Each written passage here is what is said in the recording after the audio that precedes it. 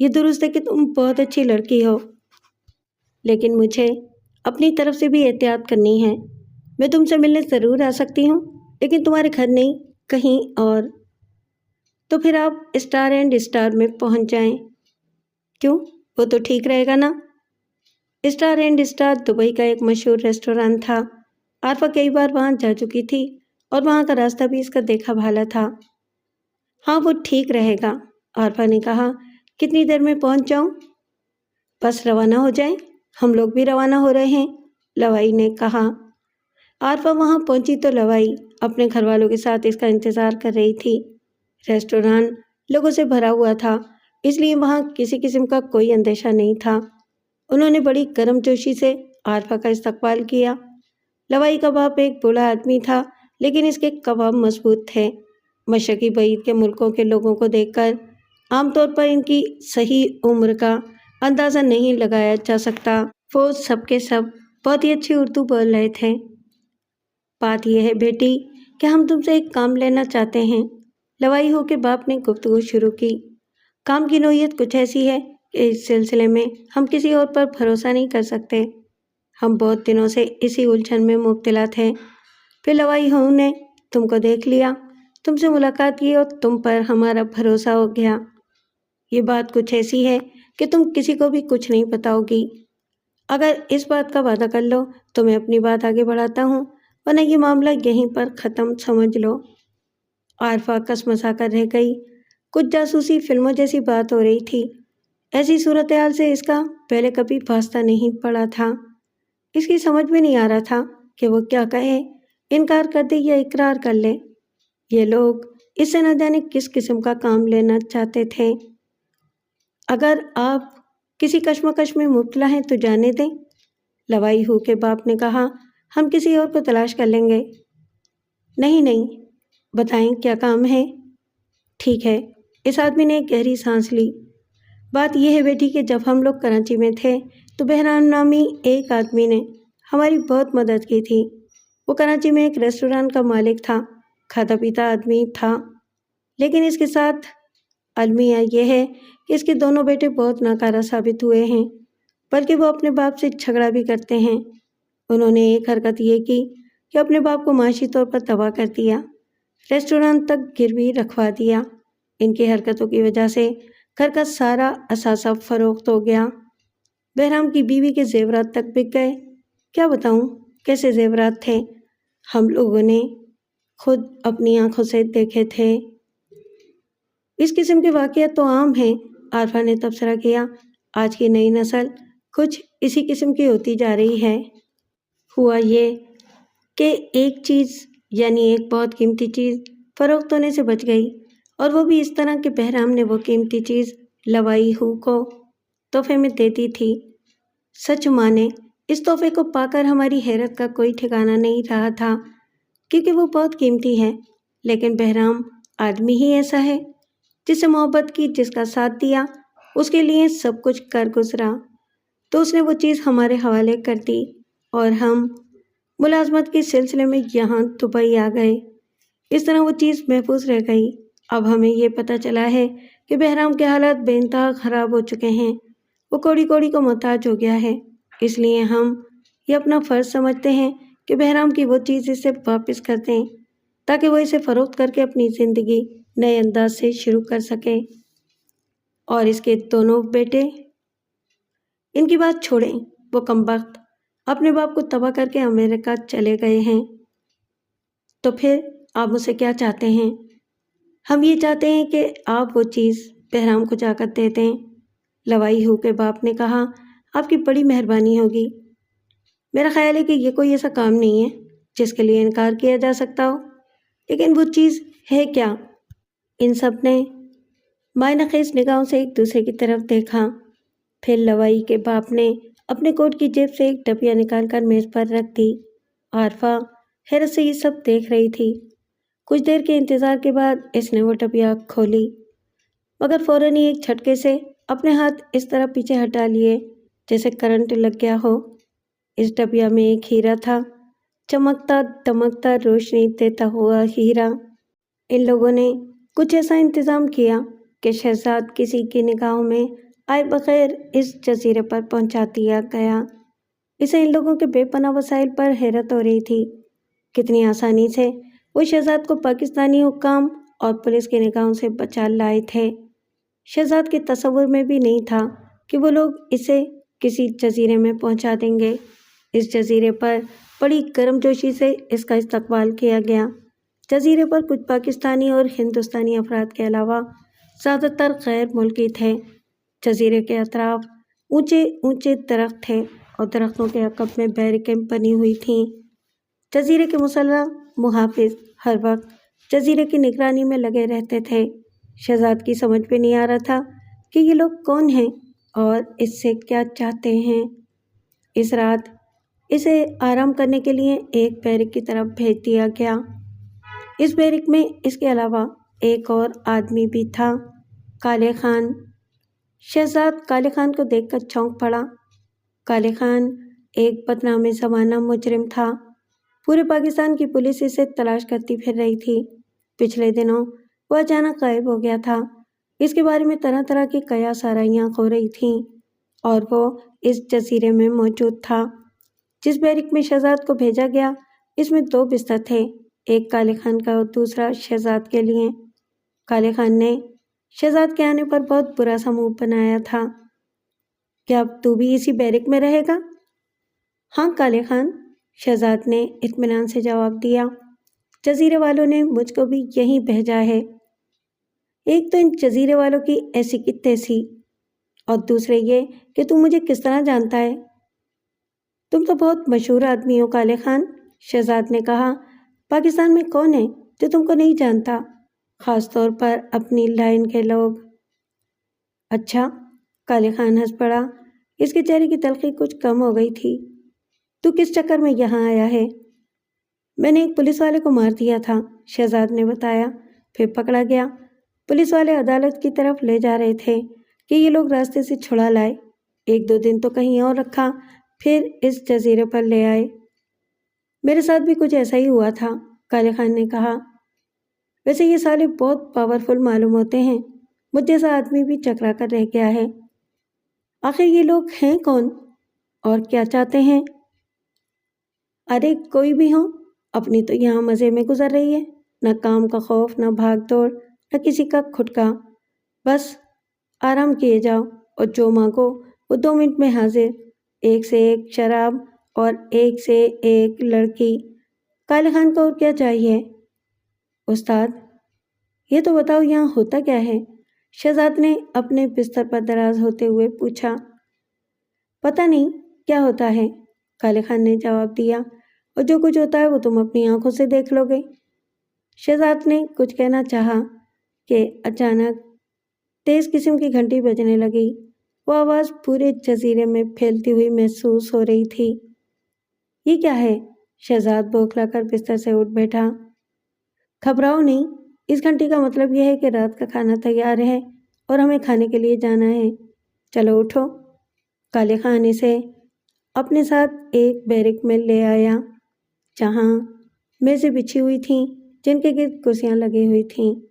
کسی میز کا سا ماحول تھا۔ شہزاد نے دیکھا کہ اس بیرک میں غیر ملکی اور پاکستانی دونوں موجود تھے۔ کھانا کھلانے والے بنگلہ دیشی یا سری لنکا کے باشندے معلوم ہوتے تھے۔ شہزاد کو دیکھ کر وہ سب چونکے تو تھے، لیکن کسی نے شہزاد سے کوئی بات نہیں کی تھی۔ کھانا بہت خاموشی سے ختم ہوا، پھر وہ دونوں اپنی بیرک میں واپس آ گئے۔ دوسری صبح شہزاد کو ایک ایسے آدمی کے سامنے پیش کیا گیا جس کا نام دانیال بتایا گیا تھا۔ وہ کسی یورپی ملک کا باشندہ معلوم ہوتا تھا، لیکن اس کی اردو بہت اچھی تھی۔ اس کی بیرک بہت اچھی طرح سجی ہوئی تھی، جس میں ضرورت کی ہر چیز موجود تھی۔ کیوں؟ یہاں آ کر کوئی تکلیف تو نہیں ہوئی؟ دانیال نے مسکراتے ہوئے پوچھا۔ نہیں، شہزاد نے جواب دیا، اور میرے لیے ویسے بھی اس بات سے کوئی فرق نہیں پڑتا کہ میں کہاں ہوں، کیونکہ اپنے وطن میں تو موت میرا انتظار میں ہے اور میں فی الحال مرنا نہیں چاہتا۔ تمہیں اسی لیے تو یہاں لایا گیا ہے کہ تم اپنے تصور سے موت کو چھٹک دو، دانیال نے کہا۔ تم نے یہ دیکھ ہی لیا ہوگا کہ ہم کتنے طاقتور اور کتنے وسائل رکھنے والے لوگ ہیں۔ لیکن یہ سب کچھ ہم نے ایک دن میں حاصل نہیں کیا، بلکہ برسوں کی محنت لگی ہے، تب جا کر ہم اس قابل ہوئے ہیں کہ تم جیسے لوگوں کی خدمت کر سکیں۔ لیکن کیوں؟ تمہیں اس سے کیا فائدہ؟ ہاں، اس قسم کے سوالات یقیناً تمہارے ذہن میں اٹھ رہے ہوں گے، اور اس وقت اسی لیے تمہیں بلایا گیا ہے تاکہ تمہیں سب کچھ بتا دیا جائے۔ دانیال نے کہا، دیکھو، اس وقت پوری دنیا ناانصافیوں کا شکار ہے، جرائم کی تعداد میں اضافہ ہوتا جا رہا ہے، انسان تشدد پر آمادہ ہو گیا ہے، اور اس کی وجہ جانتے ہو کیا ہے؟ معاشی ناہمواری نہیں، سیاست نہیں، لیکن اس کی وجہ ہے ناانصافی۔ زندگی کے ہر شعبے میں ناانصافی۔ کوئی انسان مجرم کیوں بنتا ہے؟ تم نے کبھی اس پر غور کیا؟ جب اس کے ساتھ ناانصافی ہوتی ہے، تمہارے اپنے ملک میں کتنے ڈاکو، کتنے لٹیرے موجود ہیں، ذرا ان سے معلوم کرو تو یہی پتہ چلے گا کہ وہ صرف ناانصافی کی وجہ سے ڈاکو یا چور بنے ہیں۔ کسی وڈیرے یا زمیندار نے انہیں تباہ کر دیا ہوگا اور انہیں انصاف نہیں مل سکا ہوگا، تب وہ غصے میں آ کر انتقام لینے کی خاطر ڈاکو بن گئے۔ یہ تو آپ ٹھیک کہتے ہیں۔ شہزاد نے گہری سانس لی۔ تم بھی اس نظام کے مارے ہوئے ہو، دانیال نے اپنی بات جاری رکھی۔ صرف تم ہی نہیں، بلکہ یہاں جس کو بھی لایا گیا ہے، اس کی کہانی ایک ہی جیسی ہے۔ ہمارا فلسفہ یہ ہے کہ سزائیں مجرم کو نہیں بلکہ جرم کو دینی چاہیے۔ ستاروں والی تنظیم ہم نے اسی لیے قائم کی ہے۔ ہم دنیا بھر سے ناانصافی کا خاتمہ چاہتے ہیں۔ یہ نہ ہو تو جرائم بھی نہ ہو۔ ہماری تنظیم ان لوگوں کو سزائیں دیتی ہے جن کی وجہ سے لوگ مجرم بنتے ہیں۔ یہ لوگ سیاست دان ہوتے ہیں، سرکاری افسران ہوتے ہیں۔ ان کو سیدھا کرنے کی ضرورت ہے۔ تمہارے دشمن بھی یہی لوگ ہیں۔ ٹھیک کہا آپ نے، شہزاد نے گردن ہلا دی۔ انہی لوگوں نے مجھے مجرم بنایا ہے، یہ میرے دشمن ہیں۔ تو بس ہماری تنظیم تم جیسے لوگوں کو اس قابل بنا دیتی ہے کہ وہ اپنے دشمنوں سے انتقام لے سکیں۔ دنیا بھر میں بے شمار مخیر لوگ موجود ہیں جنہوں نے اس مقصد کے لیے ہماری تنظیم کی مدد کی ہے، ہمیں وہ سب کچھ فراہم کیا جس کی ضرورت پڑ سکتی تھی۔ ایک الجھن یہ تھی کہ ہم کہاں رہ کر اپنے کام کا آغاز کریں، یعنی ہم ایک ایسا ٹھکانہ چاہتے تھے تو ان لوگوں نے ہمارے لیے اس جزیرے کا بندوبست کر دیا۔ ہم یہاں سے آس پاس کے ممالک میں ہونے والی ناانصافیوں کے خلاف جنگ کرتے رہیں گے۔ لیکن مجھے تو یہاں لے آیا گیا ہے، پھر میں کس طرح اپنے دشمنوں سے بدلہ لے سکتا ہوں؟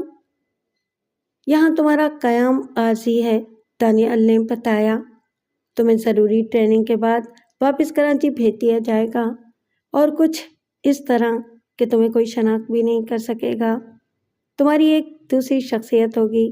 وہاں تمہیں کچھ لوگ ملیں گے جو تمہارے کام آئیں گے اور تمہیں ان کے احکامات ماننے ہوں گے، ورنہ دوسری صورت میں پولیس کو تمہارے بارے میں بتا دیا جائے گا۔ پھر تو تم جانتے ہی ہو کہ تمہارا کیا حال ہو سکتا ہے۔ مجھے دھمکیاں دینے کی ضرورت نہیں ہے، شہزاد نے کہا۔ میں جانتا ہوں کہ میں ایک قاتل ہوں اور میرے ساتھ کیا سلوک ہو سکتا ہے، اس لیے میں اتنا بیوقوف نہیں ہوں کہ اپنے پیروں پر کلہاڑی مار لوں۔ ٹھیک ہے، دانیال مسکرا دیا۔ اب تم اپنی بیرک میں جاؤ، 2-4 دنوں میں تم یہاں کے ماحول سے مانوس ہو جاؤ گے۔ اور ہاں، اس جزیرے کے بھی کچھ اصول، کچھ قانون ہیں، تمہیں ان کی پابندی کرنی ہوگی۔ عارفہ ہیرے کو پھٹی پھٹی آنکھوں سے دیکھ رہی تھی۔ یہ تو بہت قیمتی معلوم ہوتا ہے۔ ہاں، لوائی ہو کے باپ نے کہا، میں نے تمہیں بتایا نا کہ اس کی قیمت 10 لاکھ سے بھی زائد ہے، اور یہ پیسے بہرام کے کام آ جائیں گے۔ ایک بات میری سمجھ میں نہیں آئی کہ اتنی قیمتی چیز آپ لوگ کسی اور کے حوالے کیوں کر رہے ہیں؟ خود ہی جا کر بہرام کو کیوں نہیں دے دیتے؟ اس کی بھی ایک وجہ ہے، لوائی ہو کے باپ دھیرے سے بولا۔ بہرحال تمہیں تو بتانا ہی ہوگا۔ قصہ یہ ہے کہ ہم پاکستان نہیں جا سکتے۔ اس کی وجہ یہ ہے کہ میں اور میرا پورا خاندان پاکستان کی پولیس کو مطلوب ہے۔ تم غلط مت سمجھنا، ہم نے کوئی جرم نہیں کیا ہے، بلکہ یہ معاملہ امیگریشن کا ہے۔ ہم غیر قانونی طور پر کراچی میں مقیم تھے۔ پولیس کے پاس ہمارا ریکارڈ تو تھا، لیکن ہم کہیں چھپے ہوئے تھے۔ پھر ہم وہاں سے فرار ہو کر یہاں آ گئے، اسی لیے ہم دوبارہ اس سرزمین پر قدم رکھنے کی ہمت نہیں کر سکتے۔ اس لیے تم سے درخواست کی جا رہی ہے، اب بھی اگر تم مدد نہ کرنا چاہو تو ہمیں کوئی اعتراض نہیں ہوگا، تمہاری اپنی مرضی ہوگی۔ نہیں نہیں، عارفہ جلدی سے بولی، ایسی کوئی بات نہیں ہے، لیکن یہ اتنا قیمتی ہیرا ہے، کہیں ایسا نہ ہو کہ میں اسمگلنگ کے جرم میں پکڑی جاؤں۔ ایسی کوئی بات نہیں ہوگی، لوائی ہو کے باپ نے یقین دلایا۔ ہم اس ہیرے کو فوری طور پر تمہارے سامان میں کسی ایسی جگہ پوشیدہ کر سکتے ہیں جہاں کسی کی نظر نہیں جا سکتی۔ اگر اس کے باوجود کوئی تمہیں چیک کر سکتا ہے تو ہم اس ہیرے کی خریداری کی ایک رسید بھی تمہیں دے دیں گے۔ اس کا مطلب یہ ہوگا کہ تم قانونی طور پر ہیرا لے کر جا رہی ہو۔ اس قسم کی کاغذی کارروائیاں تم ہم پر چھوڑ دو، تم تو صرف ہم سے اس ہیرے کو بہرام تک پہنچانے کا وعدہ کر لو۔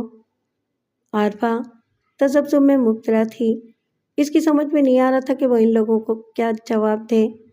اس نے ایسا کام کبھی نہیں کیا تھا، اس میں بے شمار خطرات تھے، لیکن دوسری طرف وہ ان اچھے لوگوں کی مدد کرنا بھی چاہتی تھی، اس لیے اس نے حامی بھر لی۔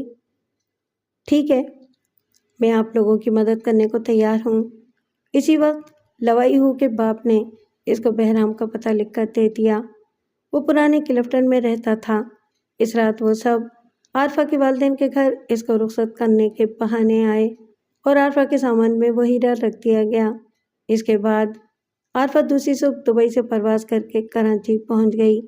اس کے خدشات بے بنیاد ثابت ہوئے، کچھ بھی نہیں ہوا تھا، نہ تو کسی نے اس کے سامان کو چیک کیا اور نہ ہی کوئی اور بات ہوئی۔ ایئرپورٹ پر اس کا شوہر وسیم اس کے استقبال کے لیے موجود تھا۔ وہ عارفہ کو لے کر گھر آ گیا۔ عارفہ کا دل چاہا کہ وہ وسیم کو یہ کہانی سنا دے، پھر اسے اپنے وعدے کا خیال آ گیا۔ اس نے ان لوگوں سے وعدہ کیا تھا کہ وہ یہ سب کسی کو نہیں بتائے گی۔ دوسرے ہی دن وہ ہیرا لے کر پرانے کلفٹن کے اس پتے پر پہنچ گئی جہاں بہرام کی رہائش گاہ تھی۔ وہ پرانی طرز کی عمارت تھی، سرخ اینٹوں کی بنی ہوئی۔ عارفہ نے بوسیدہ دروازے پر دستک دی۔ جب کوئی جواب نہیں ملا تو وہ اندر داخل ہو گئی۔ اسی وقت ایک بجلی چمکی اور ایک لاش دکھائی دی۔ شاید وہ بہرام کی لاش تھی جس کے ماتھے سے بھل بھل کرتا ہوا خون بہہ رہا تھا۔ اس جزیرے میں شہزاد کی ٹریننگ شروع ہو گئی تھی۔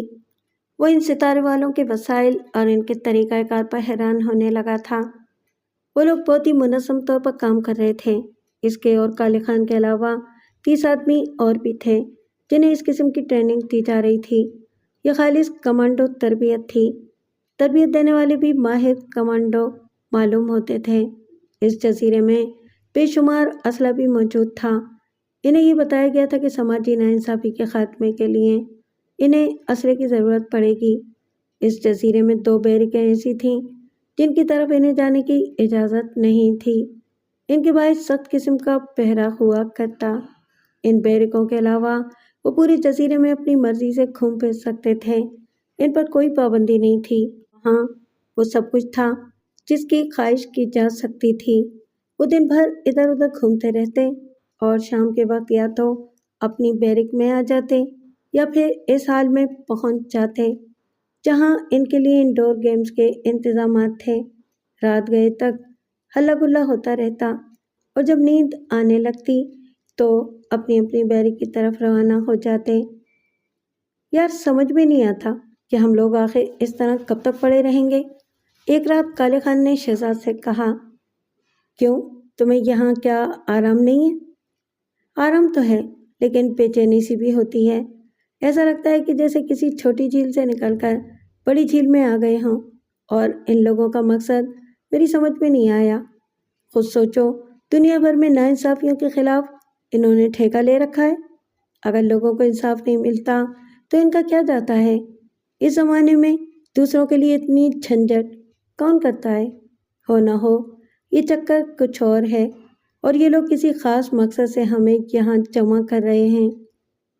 کیا تم نے معلوم کرنے کی کوشش نہیں کی کالے خان؟ شہزاد نے پوچھا۔ یہ بہت چالاک لوگ ہیں، اصل بات کی ہوا بھی نہیں لگنے دیتے۔ ان کے پاس ایسے ایسے اسلحے ہیں کہ میں بتا نہیں سکتا۔ ایک بار میں بھٹکتا ہوا بیرک نمبر 16 اور 17 کی طرف نکل گیا تھا۔ بس پھر کیا تھا؟ دیکھتے ہی دیکھتے چاروں طرف سے مجھے گھیر لیا گیا اور بڑی سختی سے تاکید کر دی گئی کہ چاہے کچھ بھی ہو میں اس طرف نہیں آؤں گا۔ اس دن میں نے یہ سمجھا کہ ان دو بیرکوں میں یقیناً کوئی خاص چیز ہے۔ تم مجھے یہاں کے اور حالات بتاؤ، میرا مطلب ہے کہ میرے اور تمہارے علاوہ دوسرے لوگ کون ہیں، کہاں سے آئے ہیں؟ ویسے میں نے یہاں کے بارے میں بہت کچھ معلوم کر لیا ہے، کالے خان فخری انداز میں بولا۔ تم نے خود دیکھ لیا ہوگا کہ یہاں دو قسم کے لوگ ہیں، ایک غیر ملکی جو خود کو ستاروں والے کہتے ہیں اور دوسرے میرے اور تمہاری طرح کے مجرم جن کو پاکستان، انڈیا، بنگلہ دیش اور سری لنکا سے لایا گیا ہے۔ ہم سب کے یہاں پہنچنے کی کہانی تقریباً ایک ہی جیسی ہے، سب کو پولیس کے چنگل سے نکال کر لایا گیا ہے۔ اس کا مطلب یہ ہوا کہ یہ لوگ بہت طاقتور ہیں، ظاہر ہے۔ اس کا مطلب یہ ہوا کہ یہ لوگ بہت طاقتور ہیں، ظاہر ہے۔ شہزاد نے اپنی گردن ہلائی۔ میرے ساتھ بھی یہ تجربہ ہو چکا ہے، یہ لوگ مجھے عدالت جاتے ہوئے چھڑا کر لے آئے۔ یہاں پہرا دینے والے بھی وہی غیر ملکی ہیں، کالے خان نے بات آگے بڑھائی۔ کسی پر کوئی پابندی نہیں ہے، یہاں کا کرتا دھرتا دانیال ہے، وہ ہم لوگوں کو یہ بتاتا رہتا ہے کہ ہمیں اپنے حقائق کے لیے اور حقوق کے لیے لڑنا ہوگا، اپنے ملک واپس جا کر ان لوگوں کو مارنا ہوگا جو معاشرے میں ناانصافی پھیلاتے ہیں اور جن کی وجہ سے ہم جیسے لوگ مجرم بن گئے ہیں۔ ابھی تک تو یہی سب ہو رہا ہے، اب آگے دیکھتے ہیں کہ ہم سے کیا کام لیتے ہیں۔ یار کیوں نہ ہم ان بیرکوں کا پتہ چلائیں، شہزاد نے کہا۔ دیکھیں تو صحیح ان میں کیا ہے۔ میں تو خود بھی اسی چکر میں تھا بھائی، کالے خان اچانک پرجوش ہو گیا، لیکن یہاں کسی کو ساتھ ملانے کی ہمت نہیں ہوئی تھی۔ اب تم آ گئے ہو تو یہ تماشا بھی دیکھ لیا جائے گا۔ تو پھر کل رات کیسا رہے گا؟ شہزاد مسکراتے ہوئے بولا۔ میں یہ دیکھ چکا ہوں کہ اس جزیرے پر رات کے وقت روشنی وغیرہ کا اہتمام نہیں کیا جاتا اور کل چاند بھی ذرا دیر سے نکلے گا۔ بالکل ٹھیک ہے، لیکن ہم لوگ بیرک تک جائیں گے کیسے؟ وہ آج رات میں سوچ لوں گا، تم بے فکر ہو کر سو جاؤ۔ عارفہ کو یہ نہیں معلوم تھا کہ وہ کس طرح اپنے گھر تک آنے میں کامیاب ہوئی تھی۔ اس نے اپنی زندگی میں پہلی دفعہ خون آلود لاش دیکھی تھی، خون میں ڈوبی ہوئی ایک ایسی لاش جس کو بے رحمی سے قتل کر دیا گیا تھا۔ کچھ دیر تک تو اس کے اعصاب مفلوج رہے تھے، پھر جب اس کے اوزان بحال ہوئے تو وہ وہاں سے بھاگ نکلی۔ گھر آ کر وہ بستر پر لیٹ گئی، خون آلود لاش بار بار اس کی نگاہوں کے سامنے آ جاتی۔ بہت دیر بعد جب اس کے اوزان بحال ہوئے تو اس نے اب تک کے حالات پر غور کرنا شروع کر دیا۔ وہ دبئی کچھ دنوں کے لیے گئی تھی، وہاں اس کی ملاقات کچھ ایسے لوگوں سے ہوئی جنہوں نے اس کی معرفت بہرام نامی اسے ایک آدمی کو قیمتی ہیرا بھجوایا تھا۔ ہیرا؟ عارفہ ایک جھٹکے کے ساتھ بستر سے اٹھ بیٹھی۔ وہ ہیرا کہاں تھا؟ اس نے پاگلوں کی طرح اپنے آپ کو کھرچ ڈالا۔ اسے اچھی طرح یاد تھا کہ وہ اس ہیرے کو اپنے پرس میں ڈال کر لے گئی تھی۔ پھر اس نے ایک بوسیدہ سے مکان میں اس آدمی کی لاش دیکھی تھی جس کو وہ ہیرا دینا تھا۔ وہ ہیرا اس وقت تک اس کے پاس تھا، اسے اچھی طرح یاد تھا، لیکن اب وہ ہیرا غائب ہو چکا تھا۔ اس کی آنکھوں کے آگے اندھیرا پھیلتا جا رہا تھا۔ وہ جانتی تھی کہ اگر اس نے وسیم کو کچھ بتایا تو وہ ایک قیامت کھڑی کر دے گا۔ اس کا سب سے پہلا سوال یہی ہوگا کہ وہ اتنی خود مختار کب سے ہو گئی کہ اس قسم کے کارنامے انجام دینے لگی ہے۔ خدایا اب کیا ہوگا؟ اس نے دونوں ہاتھوں سے اپنا سر تھام لیا۔ میں کس عذاب میں پھنس گئی ہوں؟ مجھے کیا ضرورت پڑی تھی؟ اس کے سامنے کوئی راستہ نہیں تھا، اس کی عقل کے سوتے خشک ہو چکے تھے۔ اس کی سمجھ میں نہیں آ رہا تھا کہ وہ اب کیا کرے۔ وہ منحوس ہیرا شاید اسی مکان میں گر گیا تھا جہاں وہ لاش پڑی ہوئی تھی، لیکن اب اس میں اتنی ہمت کہاں تھی کہ دوبارہ وہ اس مکان میں جا سکتی۔ وہ تو کسی خوفزدہ ہرنی کی طرح وہاں سے بھاگ نکلی تھی۔ وہ جانتی تھی کہ جب ایک بار کسی مصیبت کا دروازہ کھل جائے تو پھر پریشانیاں ایک قطار بنا کر حملہ آور ہوتی ہیں، ایک کے بعد ایک۔ وہ جانتی تھی کہ وہ اگر ہیرے کی تلاش میں اس مکان تک گئی تو وہاں کوئی اور مصیبت اس کے انتظار میں ہوگی۔ کیا بات ہے، تم اندھیرے میں کیوں بیٹھی ہو؟ اس کے شوہر وسیم کی آواز سنائی تھی۔ عارفہ چونک پڑی۔ اسے احساس ہوا کہ وہ اب تک اندھیرے میں بیٹھی تھی۔ وسیم اس کے سامنے کھڑا بہت غور سے اس کی طرف دیکھ رہا تھا۔ اپنے شوہر کو دیکھ کر اسے ہمیشہ گھنی چھاؤں اور تحفظ کا احساس ہوتا تھا۔ اس نے عارفہ کے دکھ سکھ کو اپنے مضبوط بازوؤں میں سمیٹ لیا تھا۔ وہ اس کے لیے ایک مضبوط ڈھال کی طرح تھا، لیکن اس وقت وہ بھی عارفہ کے لیے کچھ نہیں کر سکتا تھا، کیونکہ خود عارفہ اسے کچھ بتانا نہیں چاہتی تھی۔ بس یوں ہی ذرا سر میں درد ہو رہا تھا، عارفہ نے بوجھل انداز میں جواب دیا۔ یہ سب آب و ہوا کی تبدیلی کا نتیجہ ہے، وسیم نے کہا۔ چلو کہیں گھوم کر آتے ہیں، باہر کی تازہ ہوا تمہارا سر درد ختم کر دے گی۔ عارفہ بوجھل دل سے اس کے ساتھ بولی۔ وہ بہت دیر تک ڈرائیونگ کرتے رہے۔ عارفہ نے بڑی مشکلوں سے وسیم کے سامنے اپنے آپ کو بحال رکھا تھا۔ دوسری صبح اس نے وسیم کے بیدار ہونے سے پہلے پورا اخبار پڑھ ڈالا، لیکن اس میں بہرام نامی کسی آدمی کے قتل کی یا اس کی لاش ملنے کی کوئی خبر نہیں تھی۔ اس دن کے اخبار میں 4 آدمیوں کے قتل ہونے کی خبریں شائع ہوئی تھیں، لیکن ان میں سے کسی کا نام بہرام نہیں تھا، اور اس نے بہرام کی لاش پرانے کلفٹن کے ایک مکان میں دیکھی تھی، جبکہ یہ چاروں لاشیں شہر کے دوسرے علاقوں میں پائی گئی تھیں۔ 2 دن گزر گئے، اس لاش کی کوئی خبر شائع نہیں ہوئی۔ اس کا مطلب یہ تھا کہ وہ لاش ابھی تک دستیاب نہیں ہو سکی تھی، لیکن اس دوپہر کو اس کے لیے ایک فون آ گیا۔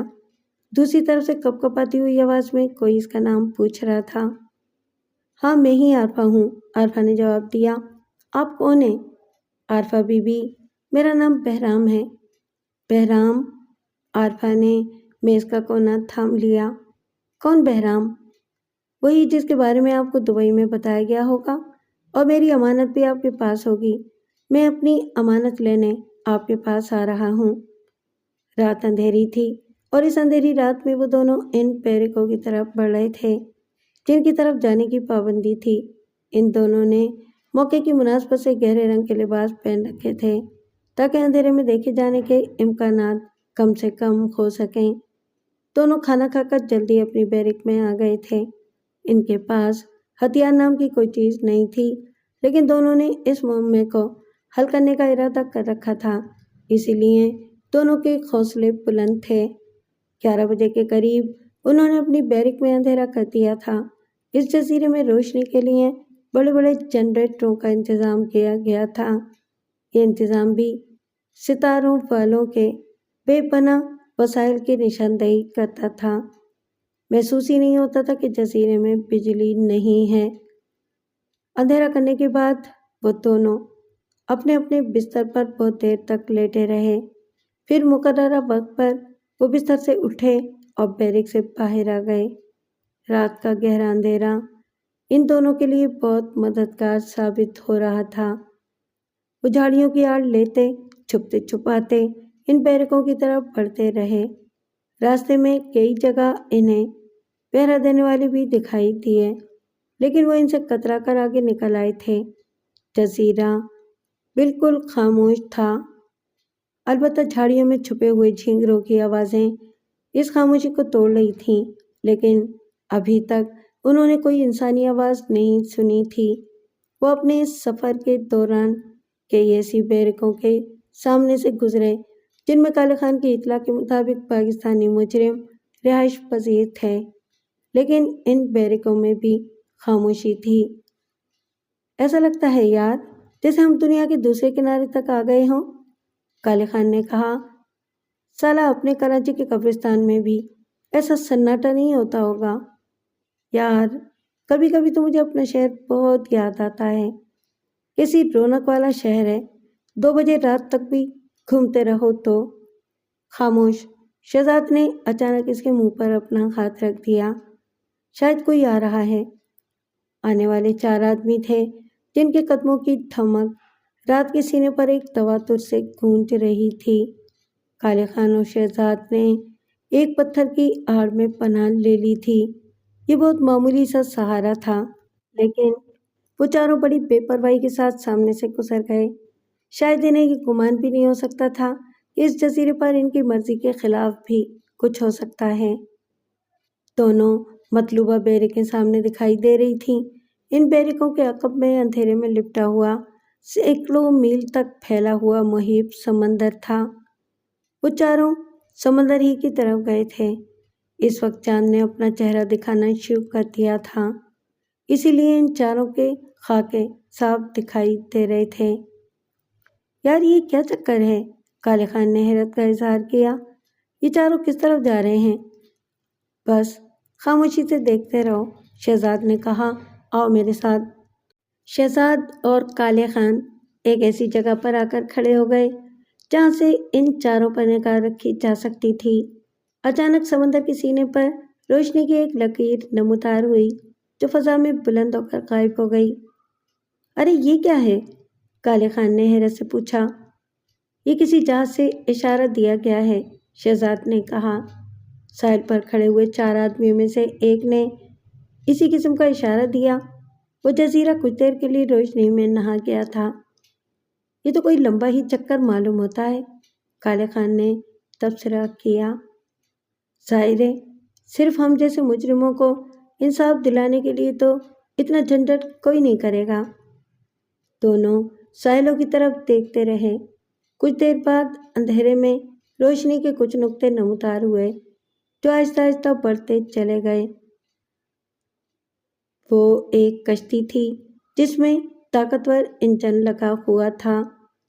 وہ عام کشتیوں کے سائز سے بہت بڑی تھی۔ اس کے عرصے پر روشنی ہو رہی تھی۔ اس روشنی میں دو آدمی کھڑے ہوئے دکھائی دیے جن کے ہاتھوں میں کوئی اسلحہ بھی موجود تھا۔ کشتی کچھ فاصلے پر آ کر رک گئی۔ ساحل پر کھڑے ہوئے چاروں افراد کچھ دور تک پانی میں چھپ چھپ کرتے ہوئے چلے گئے۔ کشتی میں کھڑے ہوئے دونوں افراد بھی کشتی سے نیچے آ گئے تھے۔ پھر اس کشتی سے کوئی چیز اتاری جانے لگی۔ ساحل والے چاروں اور کشتی کے دو آدمی مل کر اس چیز کو بمشکل کشتی سے اتار کر ساحل کی طرف لا رہے تھے۔ اس کا مطلب یہ تھا کہ وہ کوئی اچھی خاصی وزنی چیز تھی، لیکن اندھیرے کی وجہ سے اس کی ساخت کا اندازہ نہیں ہو سکتا تھا۔ یار یہ کیا چیز لے کر آئے ہیں؟ کالے خان نے پوچھا۔ یہ راشن تو نہیں ہو سکتا؟ تمہیں کیسے معلوم؟ ارے راشن لانے والا جہاز بالکل الگ ہے، کالے خان نے بتایا۔ ہفتے میں صرف ایک دن آیا کرتا ہے اور اس وقت اس پر کوئی پابندی نہیں ہوتی، جس کا دل چاہے جہاز تک جا سکتا ہے۔ لیکن اس طرح رات کے اندھیرے میں چھپ چھپا کر جو چیز لائی گئی ہے وہ یقیناً کوئی خاص چیز ہوگی۔ اس دوران وہ وزنی چیز ان دو بیرکوں میں سے ایک کے پاس پہنچا دی گئی تھی۔ ان چاروں میں سے ایک نے بیرک کا دروازہ کھولا اور وہ سب کے سب اس بیرک میں چلے گئے۔ بیرک کا عظیم الشان دروازہ کھلا چھوڑ دیا گیا تھا۔ چند لمحوں بعد بیرک کے اندر روشنی کر دی گئی، لیکن وہ دونوں جہاں کھڑے تھے وہاں سے بیرک کا اندرونی حصہ نظر نہیں آ رہا تھا۔ اور کچھ دیر بعد سب کے سب بیرک سے نکلے وہ اور ساحل کی طرف چل دیے۔ بیرک کے دروازے کو بے پرواہی سے کھلا چھوڑ دیا گیا تھا۔ بس یہی موقع ہے استاد، شہزاد نے کالے خان کے شانے پر تھپکی دی۔ چلو دوڑ لگا دو، اس وقت آس پاس کوئی بھی نہیں ہے۔ ان دونوں نے بیرک کے کھلے ہوئے دروازے کی طرف دوڑ لگا دی۔ چند ہی لمحوں بعد دونوں بیرک کے اندر تھے۔ اس بیرک کے بڑے سے ہال میں ہر طرف عظیم الجثہ مشینیں دکھائی دے رہی تھیں۔ یہ سب کیا ہے؟ کالے خان نے مشینوں کی طرف اشارہ کیا۔ یہ لوگ کوئی فیکٹری لگانے والے ہیں کیا؟ فی الحال تو کہیں چھپ جاؤ استاد، بعد میں دیکھیں گے کہ یہ سب کیا ہے۔ دونوں اس حال میں رکھے ہوئے لوہے کے بڑے بڑے ڈرم کے ایک انبار کے پیچھے چھپ گئے۔ 15 منٹ کے بعد بیرک کے حال میں قدموں کی آوازیں گونجیں۔ وہ لوگ شاید واپس آ گئے تھے۔ پھر اندھیرا ہو گیا۔ اس کے ساتھ ہی ایک چڑچڑاہٹ کے ساتھ بیرک کا دروازہ باہر سے بند کر دیا گیا۔ قیامت بعض اوقات باہر سے نہیں آتی بلکہ دل کے اندر ہی برپا ہو جاتی ہے۔ عارفہ کے اندر بھی ایک قیامت مچی ہوئی تھی۔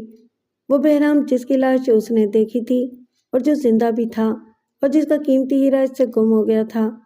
بات ابھی زیادہ آگے نہیں پڑی تھی، اس کا دل چاہا کہ وہ اپنی شوہر کو سارے حالات سے آگاہ کر دے، پھر ایک انجانے سے خوف نے اس کی زبان روک لی اور اس کے ارادے کو کمزور کر دیا۔ وسیم نے ابھی تک اس سے محبت کی تھی، اس پر اعتماد کیا تھا، لیکن اس کہانی کے بعد اس کے برہم ہو جانے کا اندیشہ تھا اور وہ اس کی برہمی برداشت نہیں کر سکتی تھی۔ اس لیے اس نے یہ فیصلہ کر لیا کہ وہ ان حالات سے خود ہی نمٹے گی، کیونکہ آدمی اپنے حالات کو خود ہی بہتر طور پر سمجھ بھی سکتا ہے اور ان سے نبرد آزمائی بھی کر سکتا ہے۔ دوسری شام وسیم گھر پر نہیں تھا، اسے کہیں جانا تھا۔ اس کے چلے جانے کے بعد عارفہ آنے والے کے انتظار میں بیٹھ گئی۔ بہرام ٹھیک 5 بجے نمودار ہوا تھا۔ وہ ایک بوڑھا آدمی تھا، اتنا ہی بوڑھا جتنا اس کے بارے میں بتایا گیا تھا۔ اس کے جسم پر لباس بھی معمولی سا تھا۔ بظاہر اس کی شخصیت ایسی تھی کہ ایک بار دیکھنے کے بعد اس کی طرف دوبارہ دیکھنے کی خواہش نہ ہو، لیکن اس کی آنکھیں بہت زندہ تھیں۔ اس کی پوری شخصیت کے برعکس ہی ان آنکھوں میں ذہانت بھی تھی اور بے رحمی بھی۔ عارفہ نے اسے اپنے گھر کے ڈرائنگ روم میں بٹھایا تھا۔ بیگم صاحبہ، میں نے 2-4 دن آپ کا انتظار کیا۔ پھر ہم نے گفتگو شروع کی، پھر مجبور ہو کر آپ کے پاس اپنی امانت لینے آیا ہوں۔ میں خود دوسرے دن تمہارے گھر گئی تھی، عارفہ نے کہا، لیکن کچھ واقعات ایسے ہو گئے کہ میں ابھی تک بہت پریشان ہوں۔ اچھا، تو کچھ واقعات بھی ہو گئے؟ بہرام صدمے سے بولا۔ بتائیں کیسے واقعات ہو گئے؟ تم پہلے یہ بتاؤ کہ کیا تم اس مکان میں رہتے ہو جس کا پتہ مجھے دیا گیا تھا؟ ہاں، لیکن میں اکیلا نہیں رہتا، میرا بھائی بھی ساتھ رہتا تھا۔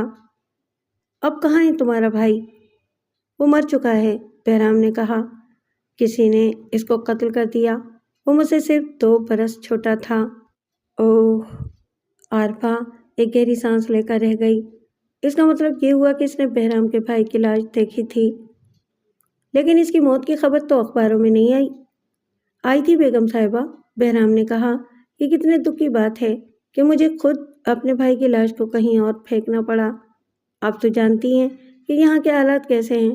حالانکہ مرنے والا میرا بھائی ہے، لیکن اگر اس کی لاش میرے گھر سے برآمد ہو جاتی تو 100 طرح کے الزامات خود مجھ پر ہی لگا دیے جاتے، طرح طرح کے سوالات، اوندھی سیدھی باتیں۔ اس لیے میں اس کی لاش کو کہیں اور پھینک آیا۔ آپ اس دکھ کا اندازہ نہیں کر سکتی۔ خیر، پولیس کا چکر تو آج بھی چل رہا ہے، لیکن اب اس کی شدت کچھ کمزور ہو چکی ہے۔ آپ تو اس ہیرے کی بات کریں، وہ ہیرا کہاں ہے؟ دیکھو بہرام، کیا تم میری بات پر یقین کر لو گے؟ کون سی بات پر؟ وہ ہیرا کہیں گم ہو چکا ہے، عارفہ نے آخر بتا ہی دیا۔ کیا؟ بہرام اس طرح کھڑا ہو گیا جیسے اسے کرنٹ لگ گیا ہو۔ یہ آپ کیا کہہ رہی ہیں؟ ہیرا کیسے گم ہو سکتا ہے؟ میں تم سے ٹھیک کہہ رہی ہوں، وہ ہیرا تمہارے گھر میں گم ہوا ہے۔ میں ہیرا لے کر تمہیں دینے تمہارے گھر گئی۔ میں تمہارے گھر میں داخل ہوئی اور میں نے تمہارے بھائی کی لاش دیکھ لی۔ اس لاش کو دیکھ کر میں اتنی بدحواس ہوئی کہ مجھے اپنا ہوش بھی نہیں رہا، اور اس افراتفری میں وہ ہیرا تمہارے مکان میں کہیں گر گیا۔ ہوش کی دوا کریں بیگم صاحبہ، بہرام کا لہجہ اچانک سخت ہو گیا تھا۔ آپ کسی معمولی چیز کے گم ہونے کی کہانی نہیں سنا رہی ہیں۔ آپ جانتی ہیں اس ہیرے کی کیا قیمت تھی؟ 15 لاکھ روپے۔ لوانگو نے آپ کو 10 لاکھ بتایا ہوگا، لیکن اس کی قیمت 15 لاکھ ہے۔ اوہ! اب سمجھا کہ معاملہ کیا ہے۔ کیا سمجھے ہو تم؟ سیدھی سی بات ہے، اتنی قیمتی چیز دیکھ کر آپ کی نیت بدل گئی۔ آپ نے یہ سوچا کہ اس آدمی کو راستے سے ہٹا دیا جائے جس کو ہیرا دینا ہے۔ یہی سوچ کر آپ میرے گھر میں آئیں۔ میرا بدقسمت بھائی اس وقت بستر پر سو رہا تھا اور آپ نے میرے دھوکے میں اس کو قتل کر دیا۔ نہیں نہیں، یہ تم کیا بکواس کر رہے ہو؟ عارفہ کا حلق خشک ہو گیا تھا۔ خدا کے لیے اتنا بڑا الزام مت لگاؤ، میں نے کچھ بھی نہیں کیا ہے، نہ ہی میں قاتل ہوں اور نہ ہی بے ایمان ہوں۔ آپ کا جرم ثابت ہو چکا ہے بیگم صاحبہ، بہرام عجیب انداز سے بولا، اور میرے پاس ایک ایسا ثبوت ہے کہ آپ جھٹلا نہیں سکتی۔ کیسا ثبوت ہے تمہارے پاس؟ آپ کی تصویر ہے بیگم صاحبہ، وہ تصویر جس میں آپ میرے بھائی کی لاش کے پاس کھڑی ہوئی ہیں۔ آپ کو یاد ہوگا کہ جس وقت آپ میرے مکان میں داخل ہوئیں اور میرے بھائی کی لاش کے پاس جا کر کھڑی ہوئیں، اس وقت ایک بجلی سی چمکی ہوگی۔ وہ بجلی فلیش گن کی تھی۔ آپ کی تصویر اتار لی گئی تھی۔ اگر کہیں تو میں آپ کی وہ تصویر آپ کی خدمت میں پیش کر دوں۔ وہ دونوں بہت دیر تک دم سادے بیٹھے رہے تھے۔ پھر جب انہیں یہ یقین ہو گیا کہ اب اس بیرک کی طرف کوئی لوٹ کر نہیں آئے گا تو اس مشین کے پیچھے سے باہر آ گئے۔ یار، سب سے پہلے تو روشنی کرنی ہوگی، کالے خان نے کہا۔ یہاں تو سالہ اتنا اندھیرا ہے کہ ہاتھ کو ہاتھ بھی سجائی نہیں دے رہا۔ لیکن یہ بھی تو سوچو کہ روشنی ہونے پر وہ لوگ ہماری طرف متوجہ بھی ہو سکتے ہیں۔ تمہارے پاس ماچس تو ہوگی؟ ہاں، ہے تو صحیح۔ لاؤ اس کی روشنی میں کام چلائیں گے۔ کالے خان نے ماچس کی تیلی جلائی۔ اس کی کمزور روشنی میں وہ دونوں وہاں رکھی ہوئی مشینوں کو دیکھنے لگے۔ کالے خان کی سمجھ میں کچھ نہیں آ رہا تھا، جبکہ شہزاد بہت غور سے مشینوں کا جائزہ لے رہا تھا۔ کئی تیلیاں جلانے کے بعد وہ دونوں اس وزنی چیز کے پاس پہنچ گئے جس کو کشتی سے اتار کر لایا گیا تھا۔ شہزاد نے اس پر چڑھا ہوا کپڑا اتار دیا، پھر ٹھٹک کر رہ گیا۔ خدا کی پناہ، یہ سب کیا ہے؟ میری تو سمجھ میں نہیں آ رہا ہے، کالے خان نے کہا۔ میرے خیال میں تو یہ سب اسلحہ ہے۔ ہاں، اسلحہ ہی ہے، لیکن بہت خطرناک اور جدید۔ جہازوں والے میزائل اور ایئر کرافٹ گنیں تک یہاں موجود ہیں، اور کوئی عام تنظیم اس قسم کا اسلحہ رکھنے کا سوچ بھی نہیں سکتی۔ میں تو پہلے ہی سمجھ لیا تھا کہ یہ بہت خطرناک لوگ ہیں۔ صرف خطرناک نہیں بلکہ ان کے عزائم کچھ اور ہیں۔ لیکن اب ہم کیا کریں؟ فی الحال تو یہاں سے نکلنے کی ترکیب سوچتے ہیں، اس کے بعد کچھ اور دیکھیں گے۔ دونوں بیرک کے بڑے اور وزنی دروازے تک پہنچ گئے، لیکن وہ دروازہ باہر سے اس طرح بند تھا کہ کوشش کے باوجود کھولا نہیں جا سکتا تھا۔ کالے خان اور شہزاد دروازے سے زور آزمائی کرنے کے بعد تھک ہار کر ایک طرف بیٹھ گئے۔ یار، یہ تو بہت برا ہوا، کالے خان نے کہا۔ ہم تو بے موت مارے جائیں گے۔ ہاں، میں بھی یہی سوچ رہا ہوں، شہزاد نے پھنکاری لی۔ باہر جانے کے لیے اس دروازے کے علاوہ کوئی راستہ نہیں ہے، اور صبح جب انہیں یہ پتہ چلے گا کہ اس جزیرے کے 2 آدمی غائب ہو چکے ہیں تو پھر ایک ہنگامہ کھڑا ہو جائے گا۔ ویسے میرے ذہن میں ایک اور طریقہ ہے، لیکن بہت خطرناک۔ وہ کیا؟ کالے خان نے بے تابی سے پوچھا۔ میں نے اس بیرک میں ڈائنامائٹ کی اسٹکیں دیکھی ہیں۔ اگر کہو تو اس دروازے کو ڈائنامائٹ سے اڑا دوں، پھر ہم بڑی آسانی سے باہر نکل سکتے ہیں۔ کیا آپ پاگل ہو گئے ہو؟ ایک قیامت آ جائے گی، ہم لوگ چوہوں کی طرح گھیر لیے جائیں گے۔ اس بیرک کو ہر طرف سے گھیر لیا جائے گا۔ نہیں، دھماکہ ہوتے ہی افراتفری برپا ہو جائے گی، شہزاد نے کہا۔ میرا منصوبہ یہ ہے کہ ہم 2 جگہ بلاسٹ کریں گے، ایک سامنے والے دروازے پر اور دوسرا بیرک کی پچھلی دیوار پر۔ دونوں کے درمیان تھوڑا سا وقفہ ہوگا۔ پہلے دروازے کو اڑایا جائے گا، سب کے سب دروازے کی طرف متوجہ ہوں گے، اور ہم پچھلی طرف دھماکہ کر کے بیرک کے عقب کی جھاڑیوں سے ہوتے ہوئے خاموشی سے اپنی بیرک تک پہنچ جائیں گے۔ منصوبہ بہت خطرناک ہے، کالے خان نے گہری سانس کے ساتھ کہا، اور تم بھی بہت حوصلے والے اور خطرناک آدمی معلوم ہوتے ہو۔ لیکن کیا تمہیں ڈائنامائٹ سے دھماکہ کرنا آتا ہے؟ میرا مطلب ہے کہ یہ تو خالص ٹیکنیکل کام ہے۔ ہاں، شہزاد مسکرایا۔ بات یہ ہے کہ جب میں نے مجرم بننے کا پورا کورس کر رکھا ہے، اور میرے نزدیک یہ سب چٹکلے ہیں۔ عارفہ بری طرح پھنس گئی تھی۔ بہرام اب ایک مظلوم اور کمزور بوڑھا نہیں رہا تھا، بلکہ وہ ایک بے رحم، خطرناک اور مکار آدمی تھا۔ عارفہ اب ایک ایسی دلدل میں تھی جس سے نکلنا اس کے بس کی بات نہیں تھی۔ بہرام اس ملاقات کے بعد چلا گیا تھا، لیکن اس کی ہولناک پرچھائیاں عارفہ کے ارد گرد منڈلا رہی تھیں۔ تیسرے دن اسے ایک فون موصول ہوا۔ یہ فون کرنے والا بہرام نہیں، کوئی اور تھا۔ تو پھر آپ نے کیا سوچا ہے مسز عارفہ وسیم؟ کیا مطلب؟ کون ہو تم؟ تمہارا ہمدرد، دوسری طرف سے کہا گیا، اور وہ آدمی جس کے پاس تمہاری تصویر ہے۔ کیا خیال ہے وہ تصویر تمہارے شوہر کے حوالے کر کے اسے ساری کہانی سنا دی جائے؟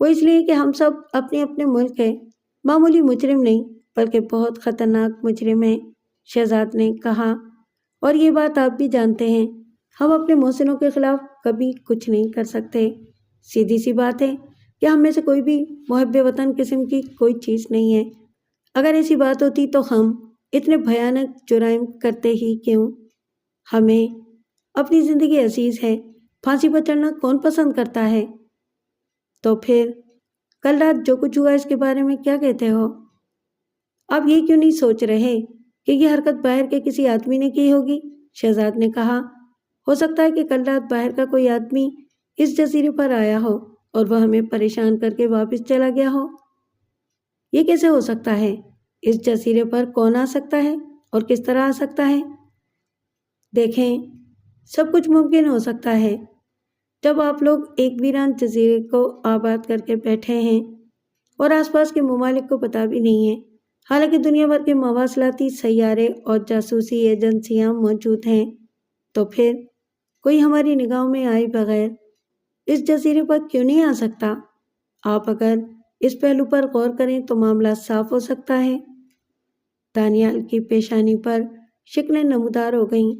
شہزاد کی بات سن کر وہ سوچ میں پڑ گیا تھا، پھر اس نے ایک گہری سانس لی اور دھیرے سے بولا، ہو سکتا ہے کہ تمہارا اندازہ درست ہو، ایسی صورت میں ہمیں اس جزیرے کی چوکسی پر زیادہ دھیان دینا ہوگا۔ ان سب کو اپنے اپنے بیرک کی طرف جانے کی اجازت دے دی گئی۔ بیرک میں آنے کے بعد کالے خان نے شہزاد سے سوال کیا، یار تمہیں کیا ضرورت تھی یہ سب بولنے کی؟ جس طرح سب چپ تھے اسی طرح تم بھی چپ رہتے۔ میں نے اپنی اور تمہاری طرف سے دھیان بٹانے کے لیے ہی وہ سب کچھ کیا تھا، شہزاد نے کہا، ورنہ وہ جزیرے والوں پر شک کیے جا رہا تھا۔ اب کم سے کم اتنا ہوا ہے کہ اس کی توجہ کسی اور طرف چلی گئی ہے۔ یار، کبھی کبھی میرا دل چاہتا ہے کہ میں ایک دو کو مار کر یہاں سے نکل لوں۔ اب تو یہاں میرا دم گھٹنے لگا ہے۔ 2-4 دن انتظار کر لو، شہزاد نے کچھ سوچتے ہوئے کہا۔ میں یہ سمجھتا ہوں کہ اب ہمیں بہت جلد یہاں سے ہٹا دیا جائے گا، کیونکہ اس بیرک کا راز کھل چکا ہے اور جس مقصد سے انہوں نے اتنے جدید ہتھیار جمع کر رکھے ہیں وہ مقصد انہیں فوراً ہی حاصل کرنا ہوگا۔ اب میں یہ نہیں کہہ سکتا کہ وہ مقصد کیا ہے، لیکن اتنا ضرور ہے کہ یہ معاملہ صرف ہم جیسوں کو انصاف دلانے کا نہیں ہے۔ بہرحال آج ہی رات میں ایک ٹرائی اور کروں گا۔ کس چیز کی ٹرائی؟ کالے خان نے چونک کر اس کی طرف دیکھا۔ ان لوگوں کا راز معلوم کرنے کی، شہزاد نے جواب دیا۔ میں یہ دیکھنا چاہتا ہوں کہ یہ لوگ کیا کر رہے ہیں اور یہ کون ہیں، ان کا تعلق کہاں سے ہے۔ اگر میرا اندازہ درست ہے تو پھر یہ معاملہ بہت خطرناک بھی ہو سکتا ہے۔ کیا اندازہ ہے تمہارا؟ یہ میں ابھی نہیں بتا سکتا دوست، شہزاد نے کہا، مجھے آج رات دیکھنے دو، اور آج رات تم میرے ساتھ نہیں جاؤ گے، میں اکیلا ہی اپنا کام کروں گا۔ یار، کبھی کبھی تو ایسا لگتا ہے جیسے تم وہ نہیں ہو، کالے خان اس کی طرف دیکھتے ہوئے بولا، بلکہ تم کوئی اور ہو۔ ٹھیک کہتے ہو تم، شہزاد نے گہری سانس لی، اگر میں مجرم نہیں ہوتا تو کچھ اور ہوتا۔ مجھے شروع سے پولیس میں جانے کا شوق رہا ہے۔ میں یہ چاہتا تھا کہ میں پولیس کا بہت بڑا سراغ رساں بن کر حیرت انگیز کارنامے انجام دوں، لیکن قسمت نے مجھے قاتل بنا دیا۔ خیر، لیکن اس رات شہزاد کہیں نہیں جا سکا تھا۔ اس جزیرے پر ایک اور واقعہ رونما ہو گیا۔ رات گہری ہونے کے بعد وہ دونوں بیرک سے باہر نکلے اور اسی وقت ساحل کی طرف سے روشنی کی کوئی ایک لکیر سمندر کی طرف جاتی ہوئی دکھائی دے گئی۔ اس کے ساتھ ہی ایک زوردار دھماکہ ہوا اور سمندر میں جزیرے سے کچھ فاصلے پر زبردست آگ بھڑک اٹھی۔ خدا کی پناہ، شہزاد مضطرب ہو گیا تھا، ان کمبختوں نے یہ کیا کیا؟ کیا ہوا شہزاد بھائی؟ کالے خان نے اسے جھنجھوڑ ڈالا، یہ سب کیا ہے؟ ایسا لگتا ہے جیسے ان لوگوں نے کسی جہاز پر میزائل مارا ہے، شہزاد نے کہا، لیکن کیوں؟ دوسرے دن پوری دنیا ایک خبر سے چونک اٹھی تھی۔ وہ خبر یہ تھی کہ ایران کے ایک تیل بردار جہاز کو میزائل کا نشانہ بنا کر ڈبو دیا گیا ہے۔ مغربی ذرائع کا یہ خیال تھا کہ یہ حملہ خلیج کے کسی ملک نے کیا ہے۔ کیونکہ وہ تیل بردار جہاز اس راستے سے گزر رہا تھا جس راستے پر خلیج کے اہم ممالک واقع تھے۔ سفارتی حلقوں میں ایک کھلبلی سی مچ گئی تھی۔ اس راستے اور ان ملکوں سے بہت دور پاکستان میں ایک ہنگامی میٹنگ طلب کر لی گئی تھی۔ یہ میٹنگ اسی حملے کے نتیجے میں پیدا ہونے والی صورتحال پر غور کے سلسلے میں منعقد ہو رہی تھی۔ کئی اہم محکموں کے سربراہان میں وزیر دفاع اور وزیر خارجہ کے اس میٹنگ میں شریک تھے۔ وسیم بھی ایک فائل لیے اس میٹنگ میں موجود تھا۔ سمجھ میں نہیں آتا کہ حملہ کس نے کیا ہوگا، وزیر دفاع اپنی پیشانی کو رگڑتے ہوئے بولے۔ خلیج کے ممالک مسلسل انکار کر رہے ہیں، سوائے ان میں سے کسی کے یہ حملہ اور کوئی نہیں کر سکتا۔ ایک سیکرٹری نے اپنی رائے کا اظہار کیا۔ اگر ایسا ہی ہے تو ہمارے پروجیکٹ کے لیے بہت دشواریاں پیدا ہوں گی، وزیر خارجہ نے کہا، کیونکہ ہم اپنے طور پر انہی ملکوں کے لیے ایک اہم کام کر رہے ہیں۔ آپ سب لوگ اس کام کی نوعیت سے بخوبی واقف ہیں، اس لیے یہاں اسے دہرانے کی ضرورت نہیں ہے۔ لیکن کیا ہم اب بھی اس کام کو جاری رکھ سکتے ہیں؟ کیونکہ ایران بھی ہمارا برادر اسلامی ملک ہے اور وہ اس بات پر ہم سے احتجاج بھی کر سکتا ہے۔ میٹنگ روم میں خاموشی چھا گئی۔ ہر شخص اپنے اپنے طور پر کچھ سوچ رہا تھا۔ اگر اجازت ہو سر تو میں کچھ عرض کروں، وسیم کی آواز آئی۔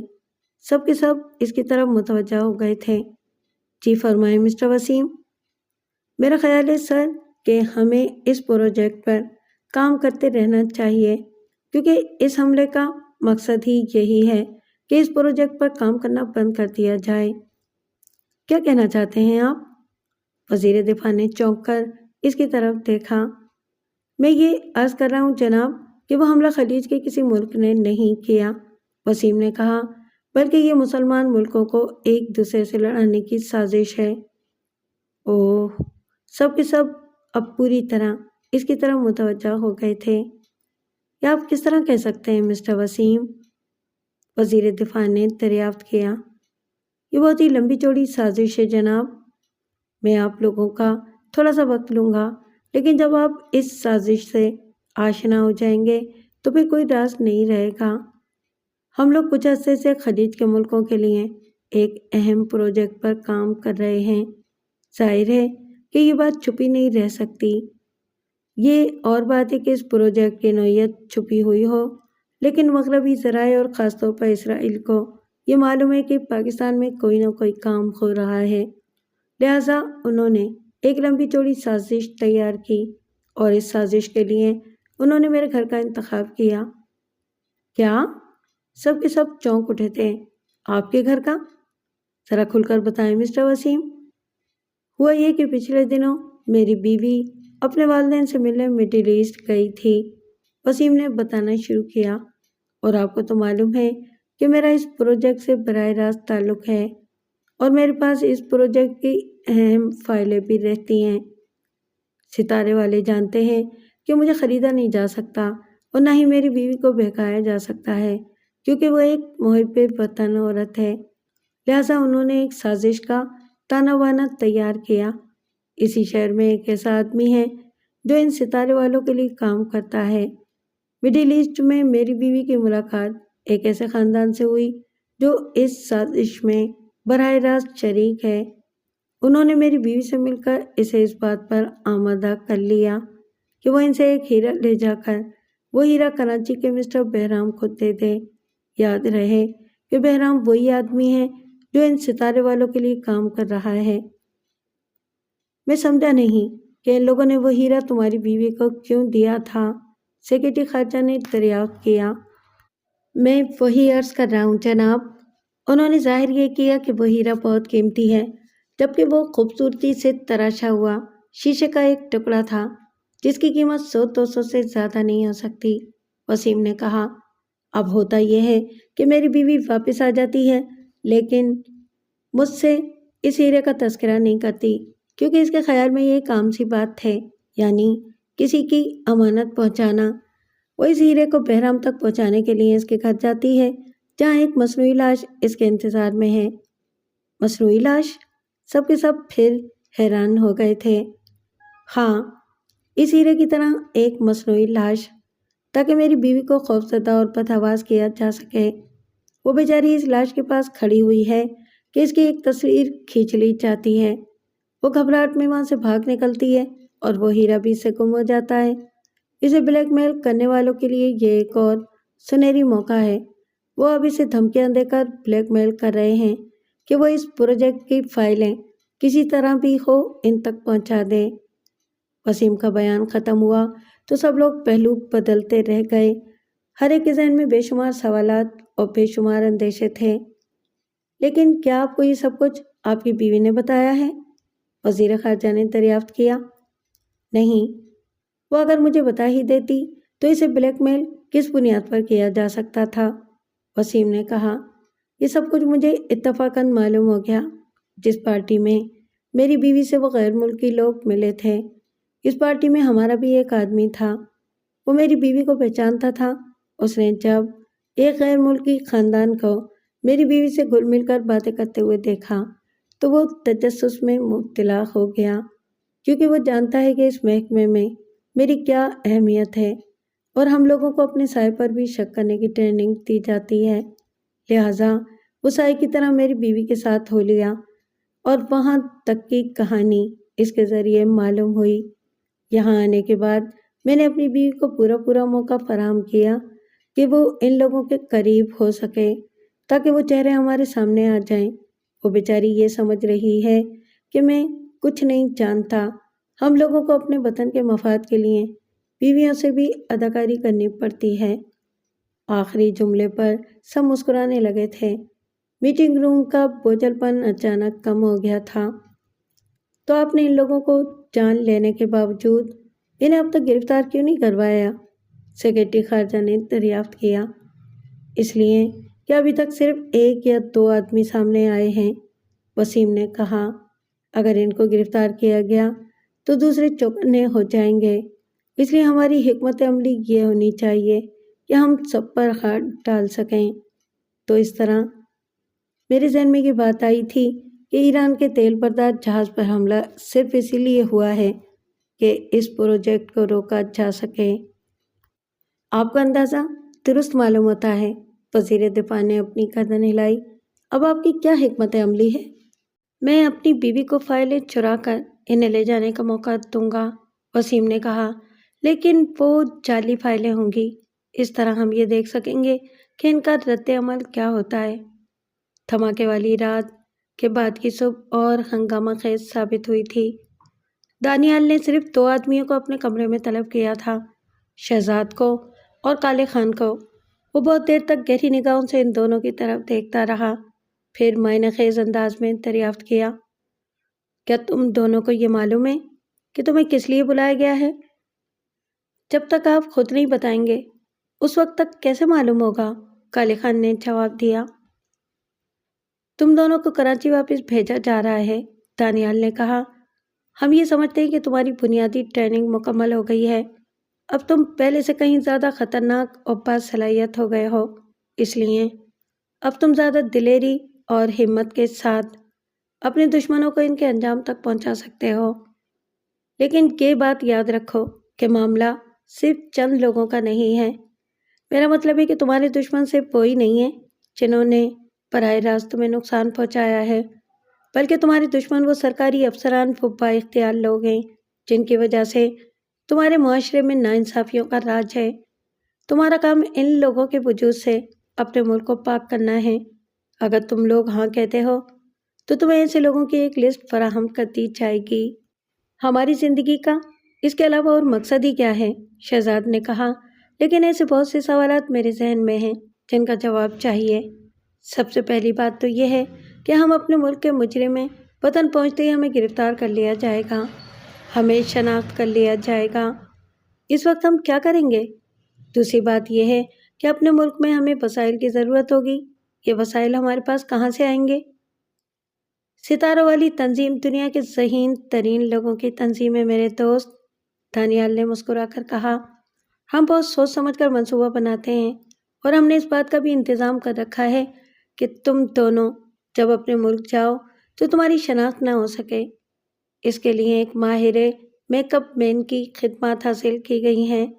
اس کے علاوہ وہاں کچھ ایسے لوگ تم سے رابطہ قائم کریں گے جو تمہارے لیے وسائل کا سبب بنیں گے۔ ان لوگوں سے تمہیں جدید ترین ہتھیار اور پیسے بھی مل جائیں گے، اور وہی لوگ تمہاری رہائش کا بندوبست بھی کر دیں گے اور تمہیں یہ بھی بتا دیں گے کہ ان بااثر لوگوں تک کس طرح رسائی حاصل کر کے انہیں ختم کرنا ہے۔ یہ لو، پھر تو سارا کام ہی آسان ہو گیا، کالے خان بول پڑا۔ ہمیں صرف ٹریگر دبانا ہوگا۔ ہاں، یہی سمجھ لو۔ دانیال نے کاغذ کا ایک ٹکڑا شہزاد کی طرف بڑھا دیا۔ یہ لو، اس پر ان لوگوں کے نام لکھے ہیں جو تمہارے ذاتی دشمن نہیں ہیں لیکن تمہارے معاشرے کے دشمن ہیں۔ ان لوگوں کے نام ذہن نشین کر لو، کیونکہ یہاں سے جاتے ہوئے یہ کاغذ تمہیں واپس کرنا ہے۔ اب تم اپنی بیرک میں جاؤ، ہمارا میک اپ کرنے والا کل صبح یہاں پہنچ جائے گا۔ ہماری روانگی کب ہوگی؟ شہزاد نے پوچھا۔ کل دوپہر تک، دانیال نے جواب دیا۔ وہ دونوں اپنی بیرک میں واپس آ گئے۔ ناموں کی وہ فہرست شہزاد کے پاس تھی۔ بیرک میں آنے کے بعد اس نے جب ناموں کی فہرست پر نگاہ دوڑائی تو اس کی آنکھیں حیرت سے پھیلتی چلی گئیں۔ اس نے فہرست کالے خان کی طرف بڑھا دی۔ کالے خان کا بھی یہی حال ہوا تھا۔ یار، یہ تو ہمارے ملک کے بہت بڑے بڑے لوگ ہیں، کالے خان نے کہا۔ ان میں سے کئی ایک تو بہت اچھے ہیں اور کئی عالموں کے نام بھی لکھے ہیں، تو کیا ہمیں ان سب کو ماننا ہوگا؟ ہاں، ہماری جانیں اسی مقصد کے لیے بچائی گئی تھیں، شہزاد دھیرے سے بولا۔ اگر ہم اپنی زندگی چاہتے ہیں تو ان لوگوں کو راستے سے ہٹانا ہی ہوگا۔ یار، لعنت بھیجتا ہوں ایسی زندگی پر، کالے خان نے جوش سے کہا۔ یہ درست ہے یار کہ میں مجرم ہوں، میں نے بہت سے جرائم کیے ہیں، لیکن میں غدار نہیں ہوں۔ چاہے کچھ ہو جائے، میں اپنے ملک سے غداری نہیں کر سکتا۔ تم تو واقعی بہت زبردست آدمی ہو کالے خان، شہزاد نے ستائشی نگاہوں سے اس کی طرف دیکھا۔ ورنہ کسی مجرم کی ایسی سوچ کہاں ہوتی ہے؟ بھائی میرے، مجرم بھی تو محب وطن ہو سکتا ہے۔ میں تو ابھی اس سالے سے جا کر کہہ دیتا ہوں کہ میں یہ سب نہیں کر سکتا، چاہے وہ مجھے پھانسی پر کیوں نہ چڑھوا دے۔ نہیں، ایسا مت کرنا، شہزاد جلدی سے بولا۔ میں نے ان لوگوں کا بندوبست کر لیا ہے۔ آج کی رات ہم خود اس جزیرے سے روانہ ہو جائیں گے، لیکن ان لوگوں کو اس قابل نہیں رہنے دیں گے کہ یہ کسی قسم کی سازش کر سکیں۔ میں ان لوگوں کا کھیل سمجھ گیا ہوں اور یہ بھی پتہ چل گیا ہے کہ یہ کون لوگ ہیں۔ کیا مجھے نہیں بتاؤ گے؟ کیوں نہیں، تمہیں بھی بتا دیا جائے گا، لیکن اس وقت نہیں۔ اس وقت مجھے کچھ سوچنے دو۔ میری سمجھ میں ایک بات نہیں آئی، کالے خان نے کہا۔ جب یہ لوگ اتنے طاقتور ہیں کہ ہم لوگوں کو پولیس کے پہرے سے اٹھا کر لا سکتے ہیں، تو خود ہی ان لوگوں کو گولی کیوں نہیں مار دیتے جن کی لسٹ ہم کو دی گئی ہے؟ یہ تم نے بہت اچھا سوال کیا ہے کالے خان۔ اس کی وجہ یہ ہے کہ اگر ہم پکڑے بھی جاتے ہیں تو یہ سمجھا جائے گا کہ ہم چونکہ آدھی مجرم ہیں، اس لیے ہم نے اپنی عادت کے مطابق کسی کو گولی مار دی ہوگی، جبکہ اگر یہ لوگ پکڑے گئے تو اس پوری سازش کا بھانڈا پھوٹ جائے گا۔ ہاں، شاید یہی بات ہے، کالے خان نے معنی خیز انداز میں اپنی گردن ہلائی۔ لیکن آج رات تم کیا کرنا چاہتے ہو؟ تمہارا کام یہ ہے کالے خان کہ تم باہر نکل کر ادھر ادھر ٹہلتے ہوئے اپنے لوگوں سے رابطہ قائم کرو، شہزاد نے ہدایت دی۔ ان سے یہ کہنا ہے کہ وہ آج رات اس جزیرے سے فرار کے لیے تیار رہیں۔ ظاہر ہے کہ ہم سب کو اپنے ساتھ نہیں لے جا سکتے، اس لیے تمہیں کام کے آدمیوں کا انتخاب کرنا ہوگا، اور یہ فرار کس طرح ہوگا یہ میں بعد میں بتا دوں گا۔ عارفہ کا دل زور زور سے دھڑک رہا تھا۔ وہ خود کو کسی جاسوسی فلم کا مظلوم کردار سمجھ رہی تھی۔ اس کے ارد گرد جو لوگ بیٹھے تھے وہ بھی اسی طرح کے تھے۔ ان میں سے ایک بہت گہری دلچسپی سے اس فائل کا مطالعہ کر رہا تھا جو عارفہ نے اسے لا کر دی تھی۔ یہ فائل اتفاق سے عارفہ کے ہاتھ لگ گئی تھی۔ وسیم اس شام جلدی گھر آ گیا تھا۔ اس کے پاس بہت سی فائلیں تھیں جو اس نے اپنے کمرے کی میز پر رکھوا دی تھیں۔ رات کے کھانے کی میز پر اس نے عارفہ کی طرف دیکھتے ہوئے کہا، عارفہ ڈارلنگ، آج رات میں دیر تک کام کرتا رہوں گا، اس لیے تھرماس میں چائے بنوا کر میز پر رکھوا دینا۔ آخر ایسا کون سا کام ہے جس کے لیے تمہیں رات تک جاگنا ہوگا؟ بات یہ ہے کہ ہمارا ملک آج کل خلیج کے ملکوں کے لیے ایک خاص پروجیکٹ پر… اوہ، میں یہ سب تمہیں کیوں بتا رہا ہوں؟ خیر، تم چائے ضرور رکھوا دینا۔ وسیم نے اپنی بات اگرچہ ادھوری چھوڑ دی تھی، لیکن عارفہ کے لیے اتنا ہی بہت تھا۔ ان نامعلوم لوگوں کو اسی قسم کی کسی فائل کی ضرورت تھی۔ شاید قسمت عارفہ پر مہربان تھی جو وسیم خود ہی ایسی فائل اپنے گھر لے آیا تھا۔ وہ جانتی تھی کہ وہ ان لوگوں کو فائل دے کر اپنے ملک کے خلاف بہت بڑا جرم کرے گی، لیکن اس نے گڑ گڑا کر دعائیں مانگی تھیں کہ بس ایک بار وہ اس جنجال سے نکل آئے تو پھر ایسی حماقت کبھی نہیں کرے گی۔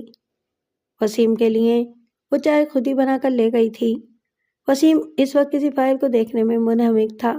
عارفہ کے قدموں کی آہٹ پا کر اس نے فائل بند کر دی تھی۔ عارفہ نے چائے سے بھرا ہوا تھرماس اس کی میز پر رکھا، اس سے 2-4 باتیں کی اور اپنے کمرے میں آ گئی۔ اس نے اس فائل کی جھلک دیکھ لی تھی، لیکن سوال یہ تھا کہ وہ فائل چوری کس طرح کی جائے۔ اسے یہ بھی اندازہ تھا کہ وہ فائل اگر گھر سے غائب ہوئی تو گھر میں ایک ہنگامہ تو برپا ہو ہی جائے گا۔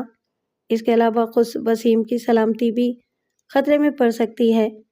اعلیٰ حکام اسے اس کوتاہی پر ادھیڑ کر رکھ دیں گے اور وہ کسی بھی حال میں وسیم کی برائی نہیں دیکھ سکتی تھی، جبکہ دوسری طرف خود اس کی اپنی سلامتی بھی خطرے میں تھی۔ اس کی سمجھ میں نہیں آ رہا تھا کہ اسے کیا کرنا چاہیے، لیکن تقدیر نے دوسری صبح اس کی یاوری اس انداز سے کی کہ وسیم دفتر جاتے ہوئے وہ فائل اپنے ساتھ نہیں لے گیا تھا۔ اس گھر میں ملازمین موجود تھے، لیکن وسیم کی ہدایت کے مطابق عارفہ خود ہی اس کے کمرے کی صفائی کیا کرتی تھی۔ وہ معمول کے مطابق کمرے کی صفائی کرنے کمرے میں داخل ہوئی اور اسے وہ فائل دکھائی دے گئی جس پر واضح لفظوں میں پروجیکٹ ME لکھا ہوا تھا۔ دھڑکتے ہوئے دل کے ساتھ اس نے وہ فائل اٹھا لی۔ بے شمار کاغذات، چارٹ اور نہ جانے کیا کیا اس فائل میں موجود تھا۔ اس کا کام آسان ہو گیا تھا۔ اس نے فوری طور پر فائل اٹھائی اور پوری فائل کی فوٹو کاپی کروا لائی۔ اس نے اصل فائل اسی جگہ پر رکھ دی اور فوٹو کاپیوں کو اپنے پاس رکھ لیا۔ اس کی راہ کی سب سے بڑی رکاوٹ دور ہو چکی تھی۔ اسی شام اس پراسرار آدمی کا فون پھر موصول ہوا تھا۔ وہ اپنے کام کے بارے میں دریافت کر رہا تھا۔ تمہارا کام ہو گیا ہے، عارفہ نے بتایا۔ اب یہ بتاؤ کہ مجھے وہ تصویر اور نیگیٹو کب ملے گا؟ اچھا۔ دوسری طرف سے مستربانہ انداز میں اسے ایک پتہ بتا کر ہدایت کی گئی کہ وہ فوری طور پر وہ فائل لے کر اس پتے پر پہنچ جائے۔ وہ ایک پرانے مکان کا پتہ تھا۔ وہ مکان پرانے کلفٹن ہی کے علاقے میں تھا، لیکن بہرام کے مکان سے کچھ فاصلے پر واقع تھا۔ اس کی دیواریں کائی زدہ ہو رہی تھیں، کھڑکیاں ٹوٹ کر جھول رہی تھیں۔ بظاہر وہ مکان آباد دکھائی نہیں دیتا تھا، لیکن عارفہ جب مکان میں داخل ہوئی تو اسے بہت سے لوگوں نے گھیر لیا۔ وہ مکان اندر سے بھرا ہوا تھا۔ اسے ایک ایسے کمرے میں پہنچا دیا گیا جو ان لوگوں کے میٹنگ روم کے طور پر استعمال ہوتا ہوگا۔ ایک خوبصورت بڑی سی میز، چاروں طرف کرسیاں۔ یقین نہیں آتا تھا کہ اس غیر آباد اور اجاڑ مکان کے اندر اتنی سہولتیں بھی ہوں گی، اور جو آدمی وہاں موجود لوگوں کے چیف کی حیثیت سے درمیانی کرسی پر بیٹھا ہوا تھا، عارفہ اسے دیکھ کر اچھل پڑی تھی۔ وہ اس آدمی کو اچھی طرح جانتی تھی۔ وہ وسیم ہی کا ایک دوست تھا، نعمان چودھری، جس کے ہونٹوں پر ایک گہری مسکراہٹ رچی ہوئی تھی۔ تم؟ عارفہ نے حیرت سے اس کی طرف دیکھا۔ تم نعمان؟ تم تو وسیم کے دوست ہو، اور میں وسیم کا نہیں بلکہ اپنے مقصد کا دوست ہوں، نعمان مسکراتے ہوئے بولا۔ ویسے تمہیں یہاں دیکھ کر بہت خوشی ہو رہی ہے۔ میں سوچ بھی نہیں سکتی تھی کہ تم اس قسم کی حرکت کرو گی، اور میں بھی یہ نہیں سوچ سکتا تھا کہ تم جیسی خاتون خود اپنے شوہر کی ایک اہم فائل چرا کر لے آئے گی، نعمان نے کہا۔ دیکھو، وقت بعض اوقات ایسے ایسے کرشمے دکھاتا ہے کہ عقل حیران رہ جاتی ہے۔ حالات انسان کو کہاں سے کہاں پہنچا دیتے ہیں، اس سے کیسے کیسے کام کرا لیتے ہیں۔ اب مجھے کو دیکھو، میں ایک محب وطن شخص تھا۔ میں نے اس ملک میں رہ کر وطن کے نغمے گائے، قومی تقریبات میں تقریریں کرتا رہا، لیکن ہوا یہ کہ مجھے تباہ کر دیا گیا۔ مجھے معاشی طور پر اتنا بدحال کر دیا گیا کہ میرے سوچنے سمجھنے کی صلاحیت ختم ہو گئی۔ پتہ یہ چلا کہ یہ حب الوطنی وغیرہ بیکار ذہنوں کی اصطلاح ہے۔ پھر مجھے ایک موقع ملا اور میں یورپ چلا گیا۔ وہاں کچھ ایسے لوگ ملے جو ہر طرح میری مدد کرنے کو تیار تھے۔ وہ بے لوث اور مخلص لوگ تھے۔ انہوں نے میری اتنی مدد کی کہ میں اپنوں کے لگائے ہوئے زخموں کو بھولتا چلا گیا، اور انہی محسنوں نے مجھے اس ملک میں واپس بھیج دیا کہ میں ان کے لیے کام کروں، اور میں ان کے لیے کام کر رہا ہوں۔ عارفہ کا ذہن سائیں سائیں کر رہا تھا۔ اب اس کمرے میں بیٹھے ہوئے لوگوں کے خد و خال واضح ہوتے چلے جا رہے تھے۔ ان کی تعداد 20 سے 22 سے کسی طرح کم نہیں تھی۔ زیادہ تر کسی غیر ملک کے باشندے معلوم ہوتے تھے۔ خاص طور پر ان کے جبڑوں کی بناوٹ یہ ظاہر کرتی تھی کہ ان کا تعلق ستاروں والے ملک سے ہے۔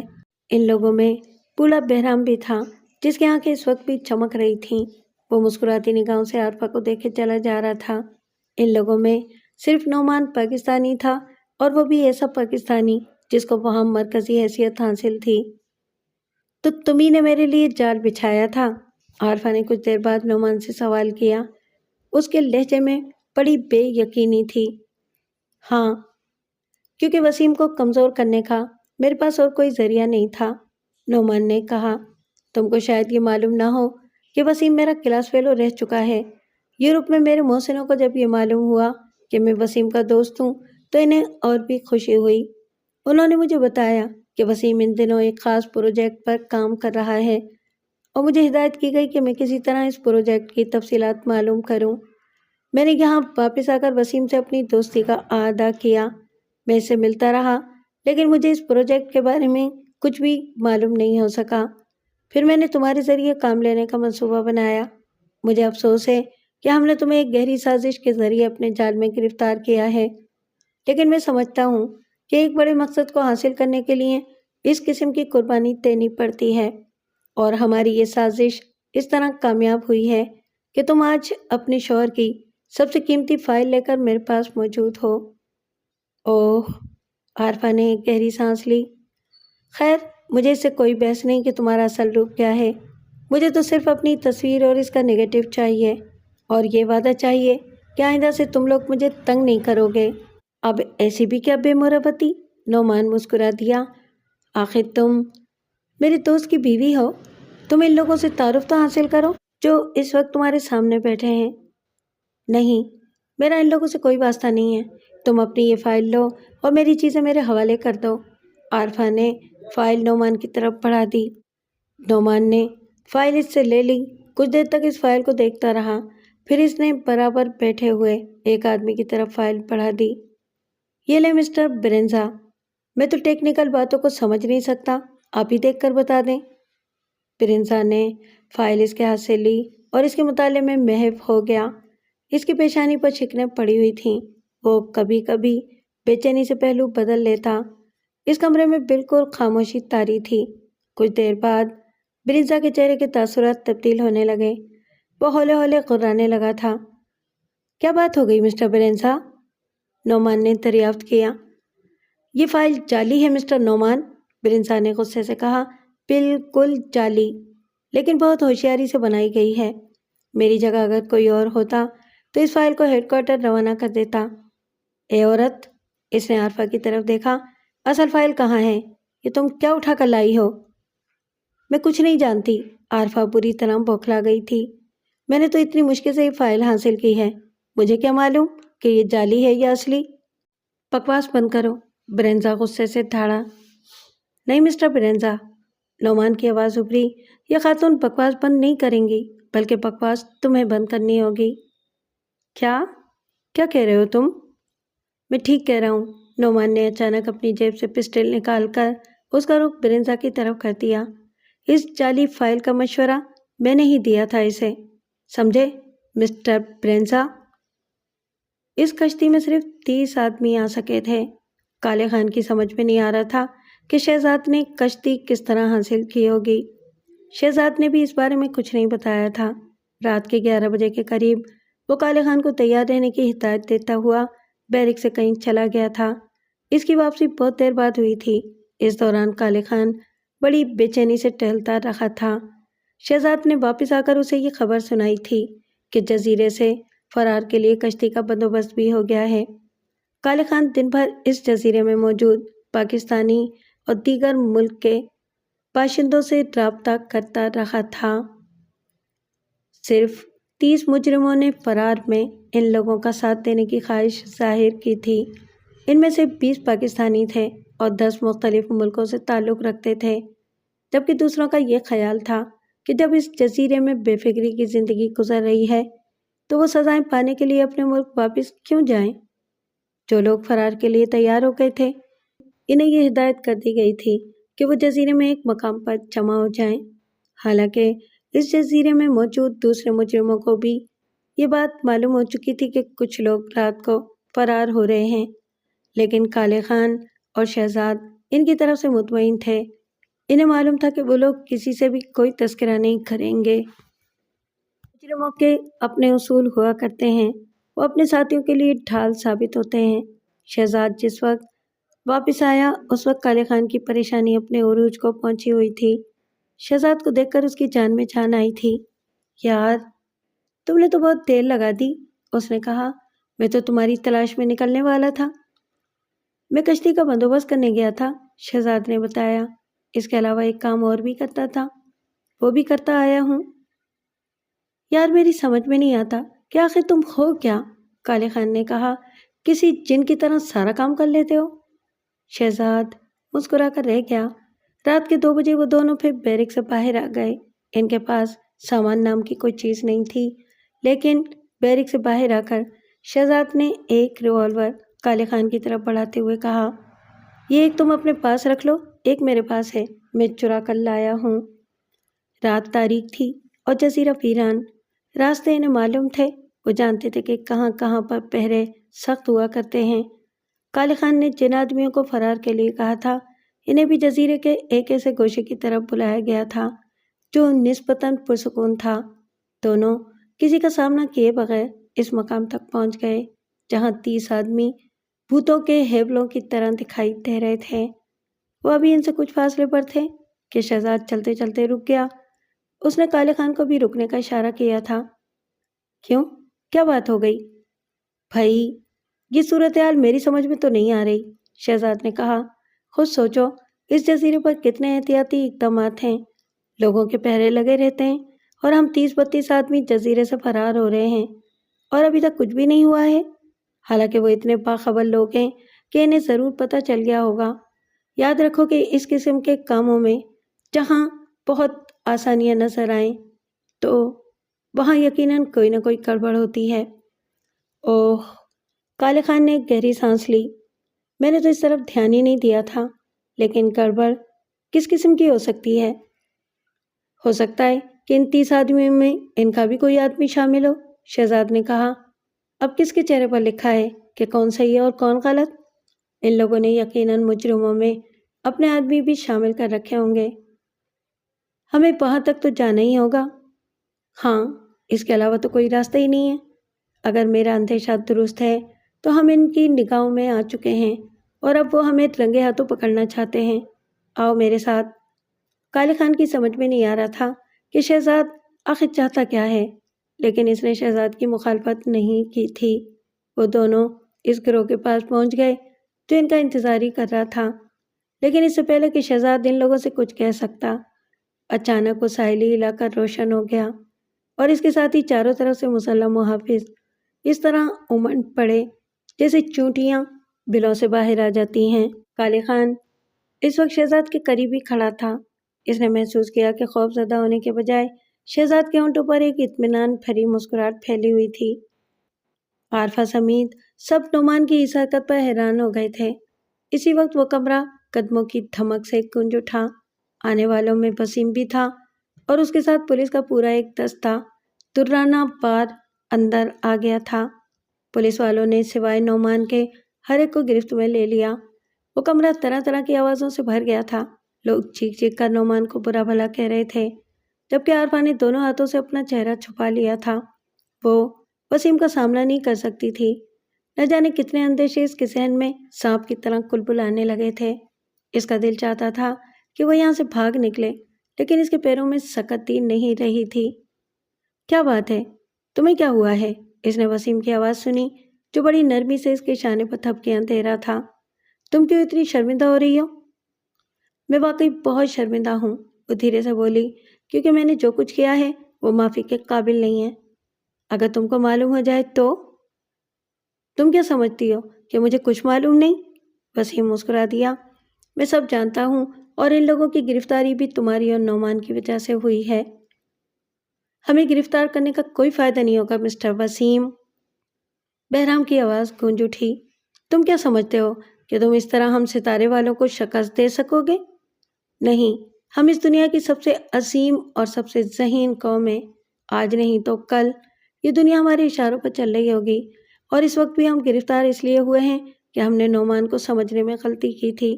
ہم نے اس کا اتنا ساتھ دیا، اس کو دنیا بھر کی سہولتیں دیں، ہم نے یہ سمجھا تھا کہ یہ ہمیشہ کے لیے ہمارا احسان مند ہو گیا ہے، لیکن ہمیں یہ معلوم نہیں تھا کہ یہ ہم سے غداری کر جائے گا۔ بس ہم سے اندازے کی یہی غلطی ہو گئی، اور ہم اس کی سزا بھگتنے کو تیار ہیں۔ لیکن تم لوگ ابھی بھی اصل معاملے سے بہت دور ہو، تم کچھ نہیں جانتے۔ بہرام، نعمان نے اسے مخاطب کیا، میں تمہیں یہ بتا دوں کہ میں غدار نہیں ہوں۔ ہاں، البتہ دھوکے باز ضرور کہہ سکتے ہو کہ میں نے تم لوگوں کے اعتماد کو دھوکہ دیا ہے، لیکن ذرا یہ بھی تو سوچو کہ تم لوگوں نے میرے ساتھ کچھ دنوں تک بہتر سلوک کیا، جس کے عوض تم مجھ سے بہت بڑی رقم، بہت بڑی قیمت طلب کر رہے تھے، اور یہ زمین تو میری پیدائش سے پہلے ہی میرا ساتھ دیتی رہی ہے۔ کیا اس کا مجھ پر کوئی حق نہیں ہے؟ اور ایک بات اور، کہ آج کی اس میٹنگ کی اطلاع میں نے ہی وسیم کو دی تھی، کیونکہ تم لوگوں کا ایک ساتھ گرفتار ہونا بہت ضروری تھا۔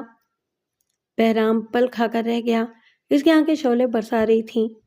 اور اب میں بھی ایک بات کہوں مسٹر بہرام، وسیم نے اسے مخاطب کیا، تم نے ابھی یہ کہا کہ ہم لوگ اصل معاملے سے بہت دور ہیں۔ یہ تمہاری خوش فہمی ہے، تمہارے اصل معاملے تک ہم نے اپنا جال بچھا دیا ہے، اور تم عنقریب اس مشن کی خبر بھی سن لو گے۔ ہاں، یہ بات درست ہے کہ اس طرح ہماری جنگ ختم نہیں ہوئی ہے، تم اپنی سی کوششیں کرتے رہو گے، اور ہم اپنے طور پر تمہارے ارادوں کو ناکام بناتے رہیں گے۔ اب فیصلہ خدا کے ہاتھ میں ہے۔ ہم جانتے ہیں کہ یہ سلسلہ ختم نہیں ہوا، تم لوگوں کی شیطانی ذہنوں میں نہ جانے کتنے منصوبے ہوں گے، لیکن جب تک ہمارے یہاں ایک بھی وطن دوست موجود ہے، تم اپنے ارادوں میں کامیاب نہیں ہو سکتے۔ نیال کے تن بدن میں آگ لگی ہوئی تھی، وہ بری طرح چیخ رہا تھا، گرج رہا تھا۔ شہزاد اور کالے خان کے ساتھ ساتھ دوسرے فرار ہونے والے بھی اس کے سامنے پیش کیے گئے تھے۔ وہ سب کے سب ایک دائرے کی صورت میں بیٹھے تھے، جبکہ مسلح محافظوں کی پوری قطار ان کی نگہبانی کر رہی تھی۔ تم کیا سمجھتے ہو کہ میں تمہاری طرف سے مطمئن تھا؟ دانیال نے شہزاد کو مخاطب کیا۔ میں یہ سمجھ گیا تھا کہ تم عام مجرموں سے مختلف ہو، تم کچھ اور ہو، اسی لیے میں نے اپنے آدمیوں کو مجرموں کے ساتھ شامل کر دیا تھا، تاکہ تم جب بھی کوئی منصوبہ بناؤ ہمیں معلوم ہو جائے۔ اب یہ بتاؤ کہ تم نے ہمیں دھوکہ کیوں دیا؟ سب سے پہلا دھوکہ تو تم نے دیا ہے مسٹر دانیال، شہزاد اطمینان بھرے لہجے میں بولا۔ تم نے ہم لوگوں سے یہ کہا تھا کہ ہم سماجی ناانصافی کرنے والوں کو ہلاک کرنا چاہتے ہیں، جبکہ تمہارا مقصد کچھ اور ہے۔ تم ہم لوگوں سے وہ کام لینا چاہتے ہو جو اگر مکمل ہو گیا تو تم اور تمہارے ساتھی ہم لوگوں پر اپنا تسلط قائم کر لیں گے۔ تم ستارے والے ہو، اور میں تمہاری سازشوں سے باخبر ہو گیا ہوں۔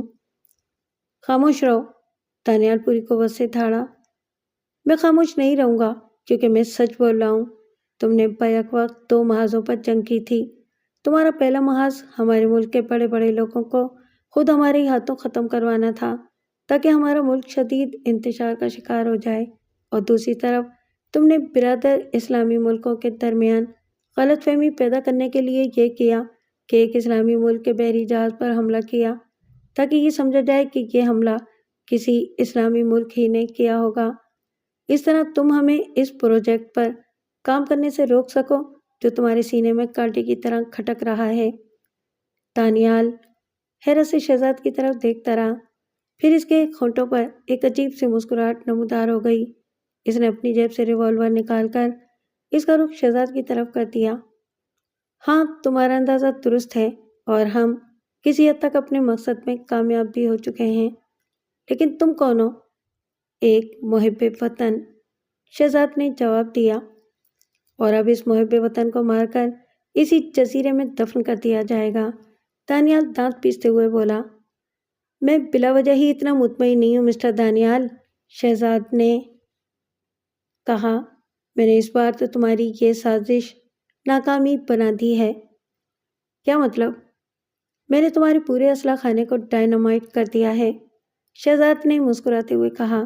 تم کو شاید یہ نہیں معلوم کہ میں الیکٹرونک میں مہارت رکھتا ہوں۔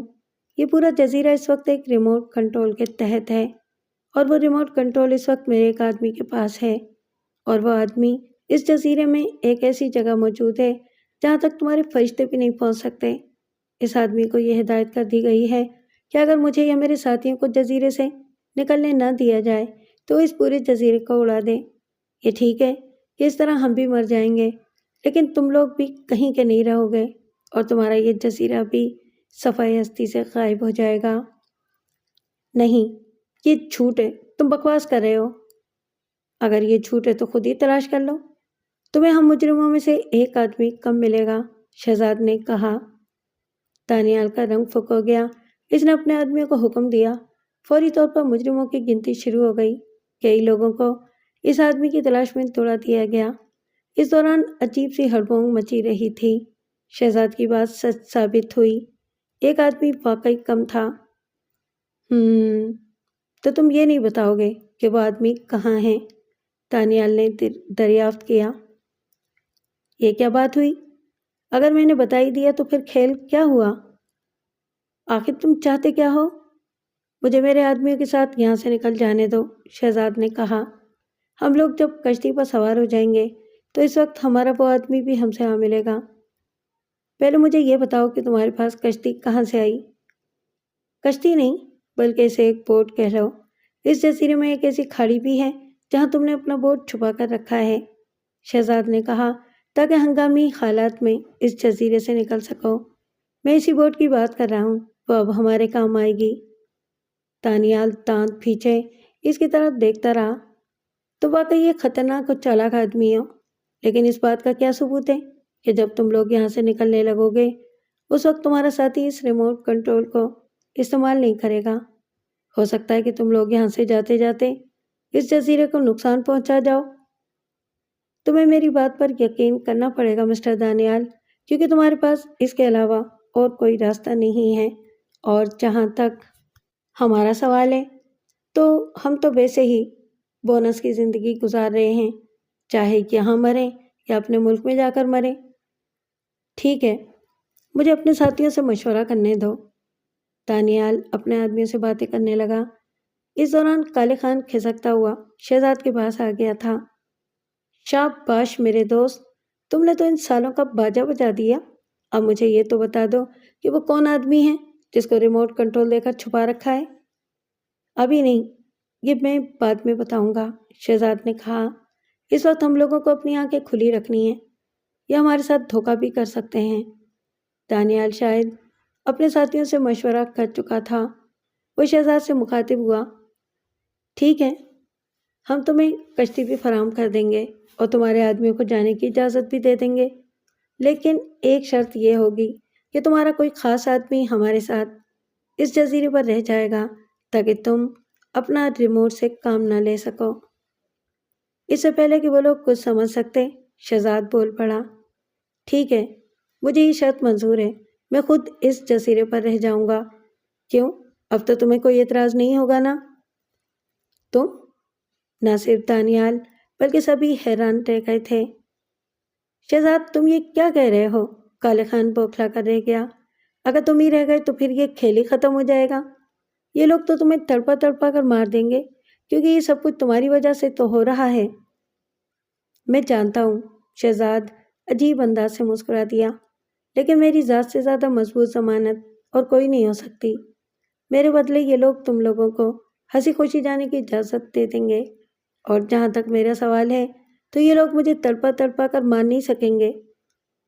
لیکن یہ بھی تو سوچو کہ تمہارے بغیر ہم لوگ اس کشتی کے ذریعے جائیں گے کہاں؟ فکر مت کرو، ہم ہی لوگوں میں ایک ایسا آدمی موجود ہے جو تم لوگوں کو سیدھے اپنے ملک لے جائے گا۔ کیا بات کرتے ہو؟ تاکہ ہم وہاں پہنچتے ہی پولیس کی نگاہوں میں آ جائیں؟ نہیں، تمہیں کچھ بھی نہیں ہوگا، تمہیں عام معافی مل جائے گی، شہزاد نے کہا۔ میں نے اعلیٰ حکام سے تم لوگوں کے بارے میں بات کر لی ہے۔ تم لوگ مجرم صحیح، لیکن اپنے وطن سے محبت رکھتے ہو، اور ہمارے وطن کو آج کل ایسے ہی لوگوں کی ضرورت ہے۔ یہ سب کچھ تم اتنے یقین سے کس طرح کہہ سکتے ہو؟ یہ میں اس لیے کہہ رہا ہوں کہ میں اپنے ملک کے محکمہ سراغ رسانی کا ایک آفیسر ہوں، شہزاد نے انکشاف کیا۔ میرے ذمہ اس جزیرے کا راز معلوم کرنا تھا، وہ میں نے معلوم کر لیا ہے۔ لیکن تم نے تو کئی قتل بھی کیے ہیں۔ کالے خان کی حیرانی بڑھتی جا رہی تھی۔ وہ سب ڈرامہ تھا، میرے خلاف اس انداز سے خبریں پھیلائی گئی تھیں کہ مجھے بہت بڑا مجرم سمجھا جائے، اور جہاں تک اس قتل کا سوال ہے تو وہ کوئی پولیس والا نہیں تھا بلکہ ایک خطرناک قاتل تھا، اور جہاں تک اس قتل کا سوال ہے تو وہ کوئی پولیس والا نہیں تھا بلکہ ایک خطرناک قاتل تھا۔ اسے یہ یقین دلایا گیا تھا کہ وہ سپاہی کی وردی پہن کر جیل سے فرار ہو سکتا ہے۔ اس طرح میں نے لوگوں کے سامنے دن دہاڑے اسے قتل کر دیا تاکہ بہت سے لوگ مجھے ایک خونی اور خطرناک قاتل کے روپ میں دیکھ سکیں، اور یہی ہوا۔ یہ لوگ چونکہ مجرموں کو اکٹھا کرنے میں مصروف تھے، اسی لیے میری طرف بھی دھیان دیا اور مجھے پولیس کے چنگل سے نکال کر لے آئے۔ خدا کی پناہ، یہ تو حیرت انگیز منصوبہ تھا۔ کالے خان نے گہری سانس لی۔ ہاں، ان لوگوں تک پہنچنے کا یہی ایک راستہ تھا، اور خدا کا شکر ہے کہ میں اپنے مقصد میں کامیاب ہو گیا ہوں۔ تو کیا تم واقعی ہمارے ساتھ نہیں جاؤ گے؟ نہیں، لیکن تم وطن جا کر یہ ضرور بتا دینا کہ میں نے اپنا فرض پورا کر دیا ہے۔ تم لوگوں کے نکل جانے کے بعد اس جزیرے کو اڑا دیا جائے گا۔ اگر تمہارے آدمی نے اپنی جان کے ڈر سے ایسا نہیں کیا تو؟ کون سا آدمی؟ شہزاد مسکرا دیا۔ ایسا کوئی آدمی نہیں ہے، ریموٹ کنٹرول میرے پاس ہے۔ کیا؟ اور جو آدمی کم ہے، اسے میں نے ہی مار کر سمندر میں پھینک دیا تھا، کیونکہ وہ صرف مجرم ہی نہیں بلکہ غدار بھی تھا۔ خیر، اب تم نکل جاؤ، وطن پہنچ کر وہاں کی مٹی کو میرا سلام کہنا۔ خدا حافظ۔ اور یہی ہوا۔ ان کا بوٹ 30 آدمیوں کے بوجھ کو لے کر جزیرے سے کچھ فاصلے پر پہنچا ہی تھا کہ پورا جزیرہ ایک زوردار دھماکے سے فنا ہو گیا۔ سمندر کی لہریں بلند ہوئیں اور آہستہ آہستہ کمزور پڑتی گئیں۔ سمندر کے سینے پر اب آگ کا ایک بہت بڑا گولا رہ گیا تھا جو آہستہ آہستہ بجھ بھی جاتا، لیکن کالے خان کی آنکھوں میں جو چراغ روشن ہو گئے تھے وہ اب بجھنے والے نہیں تھے۔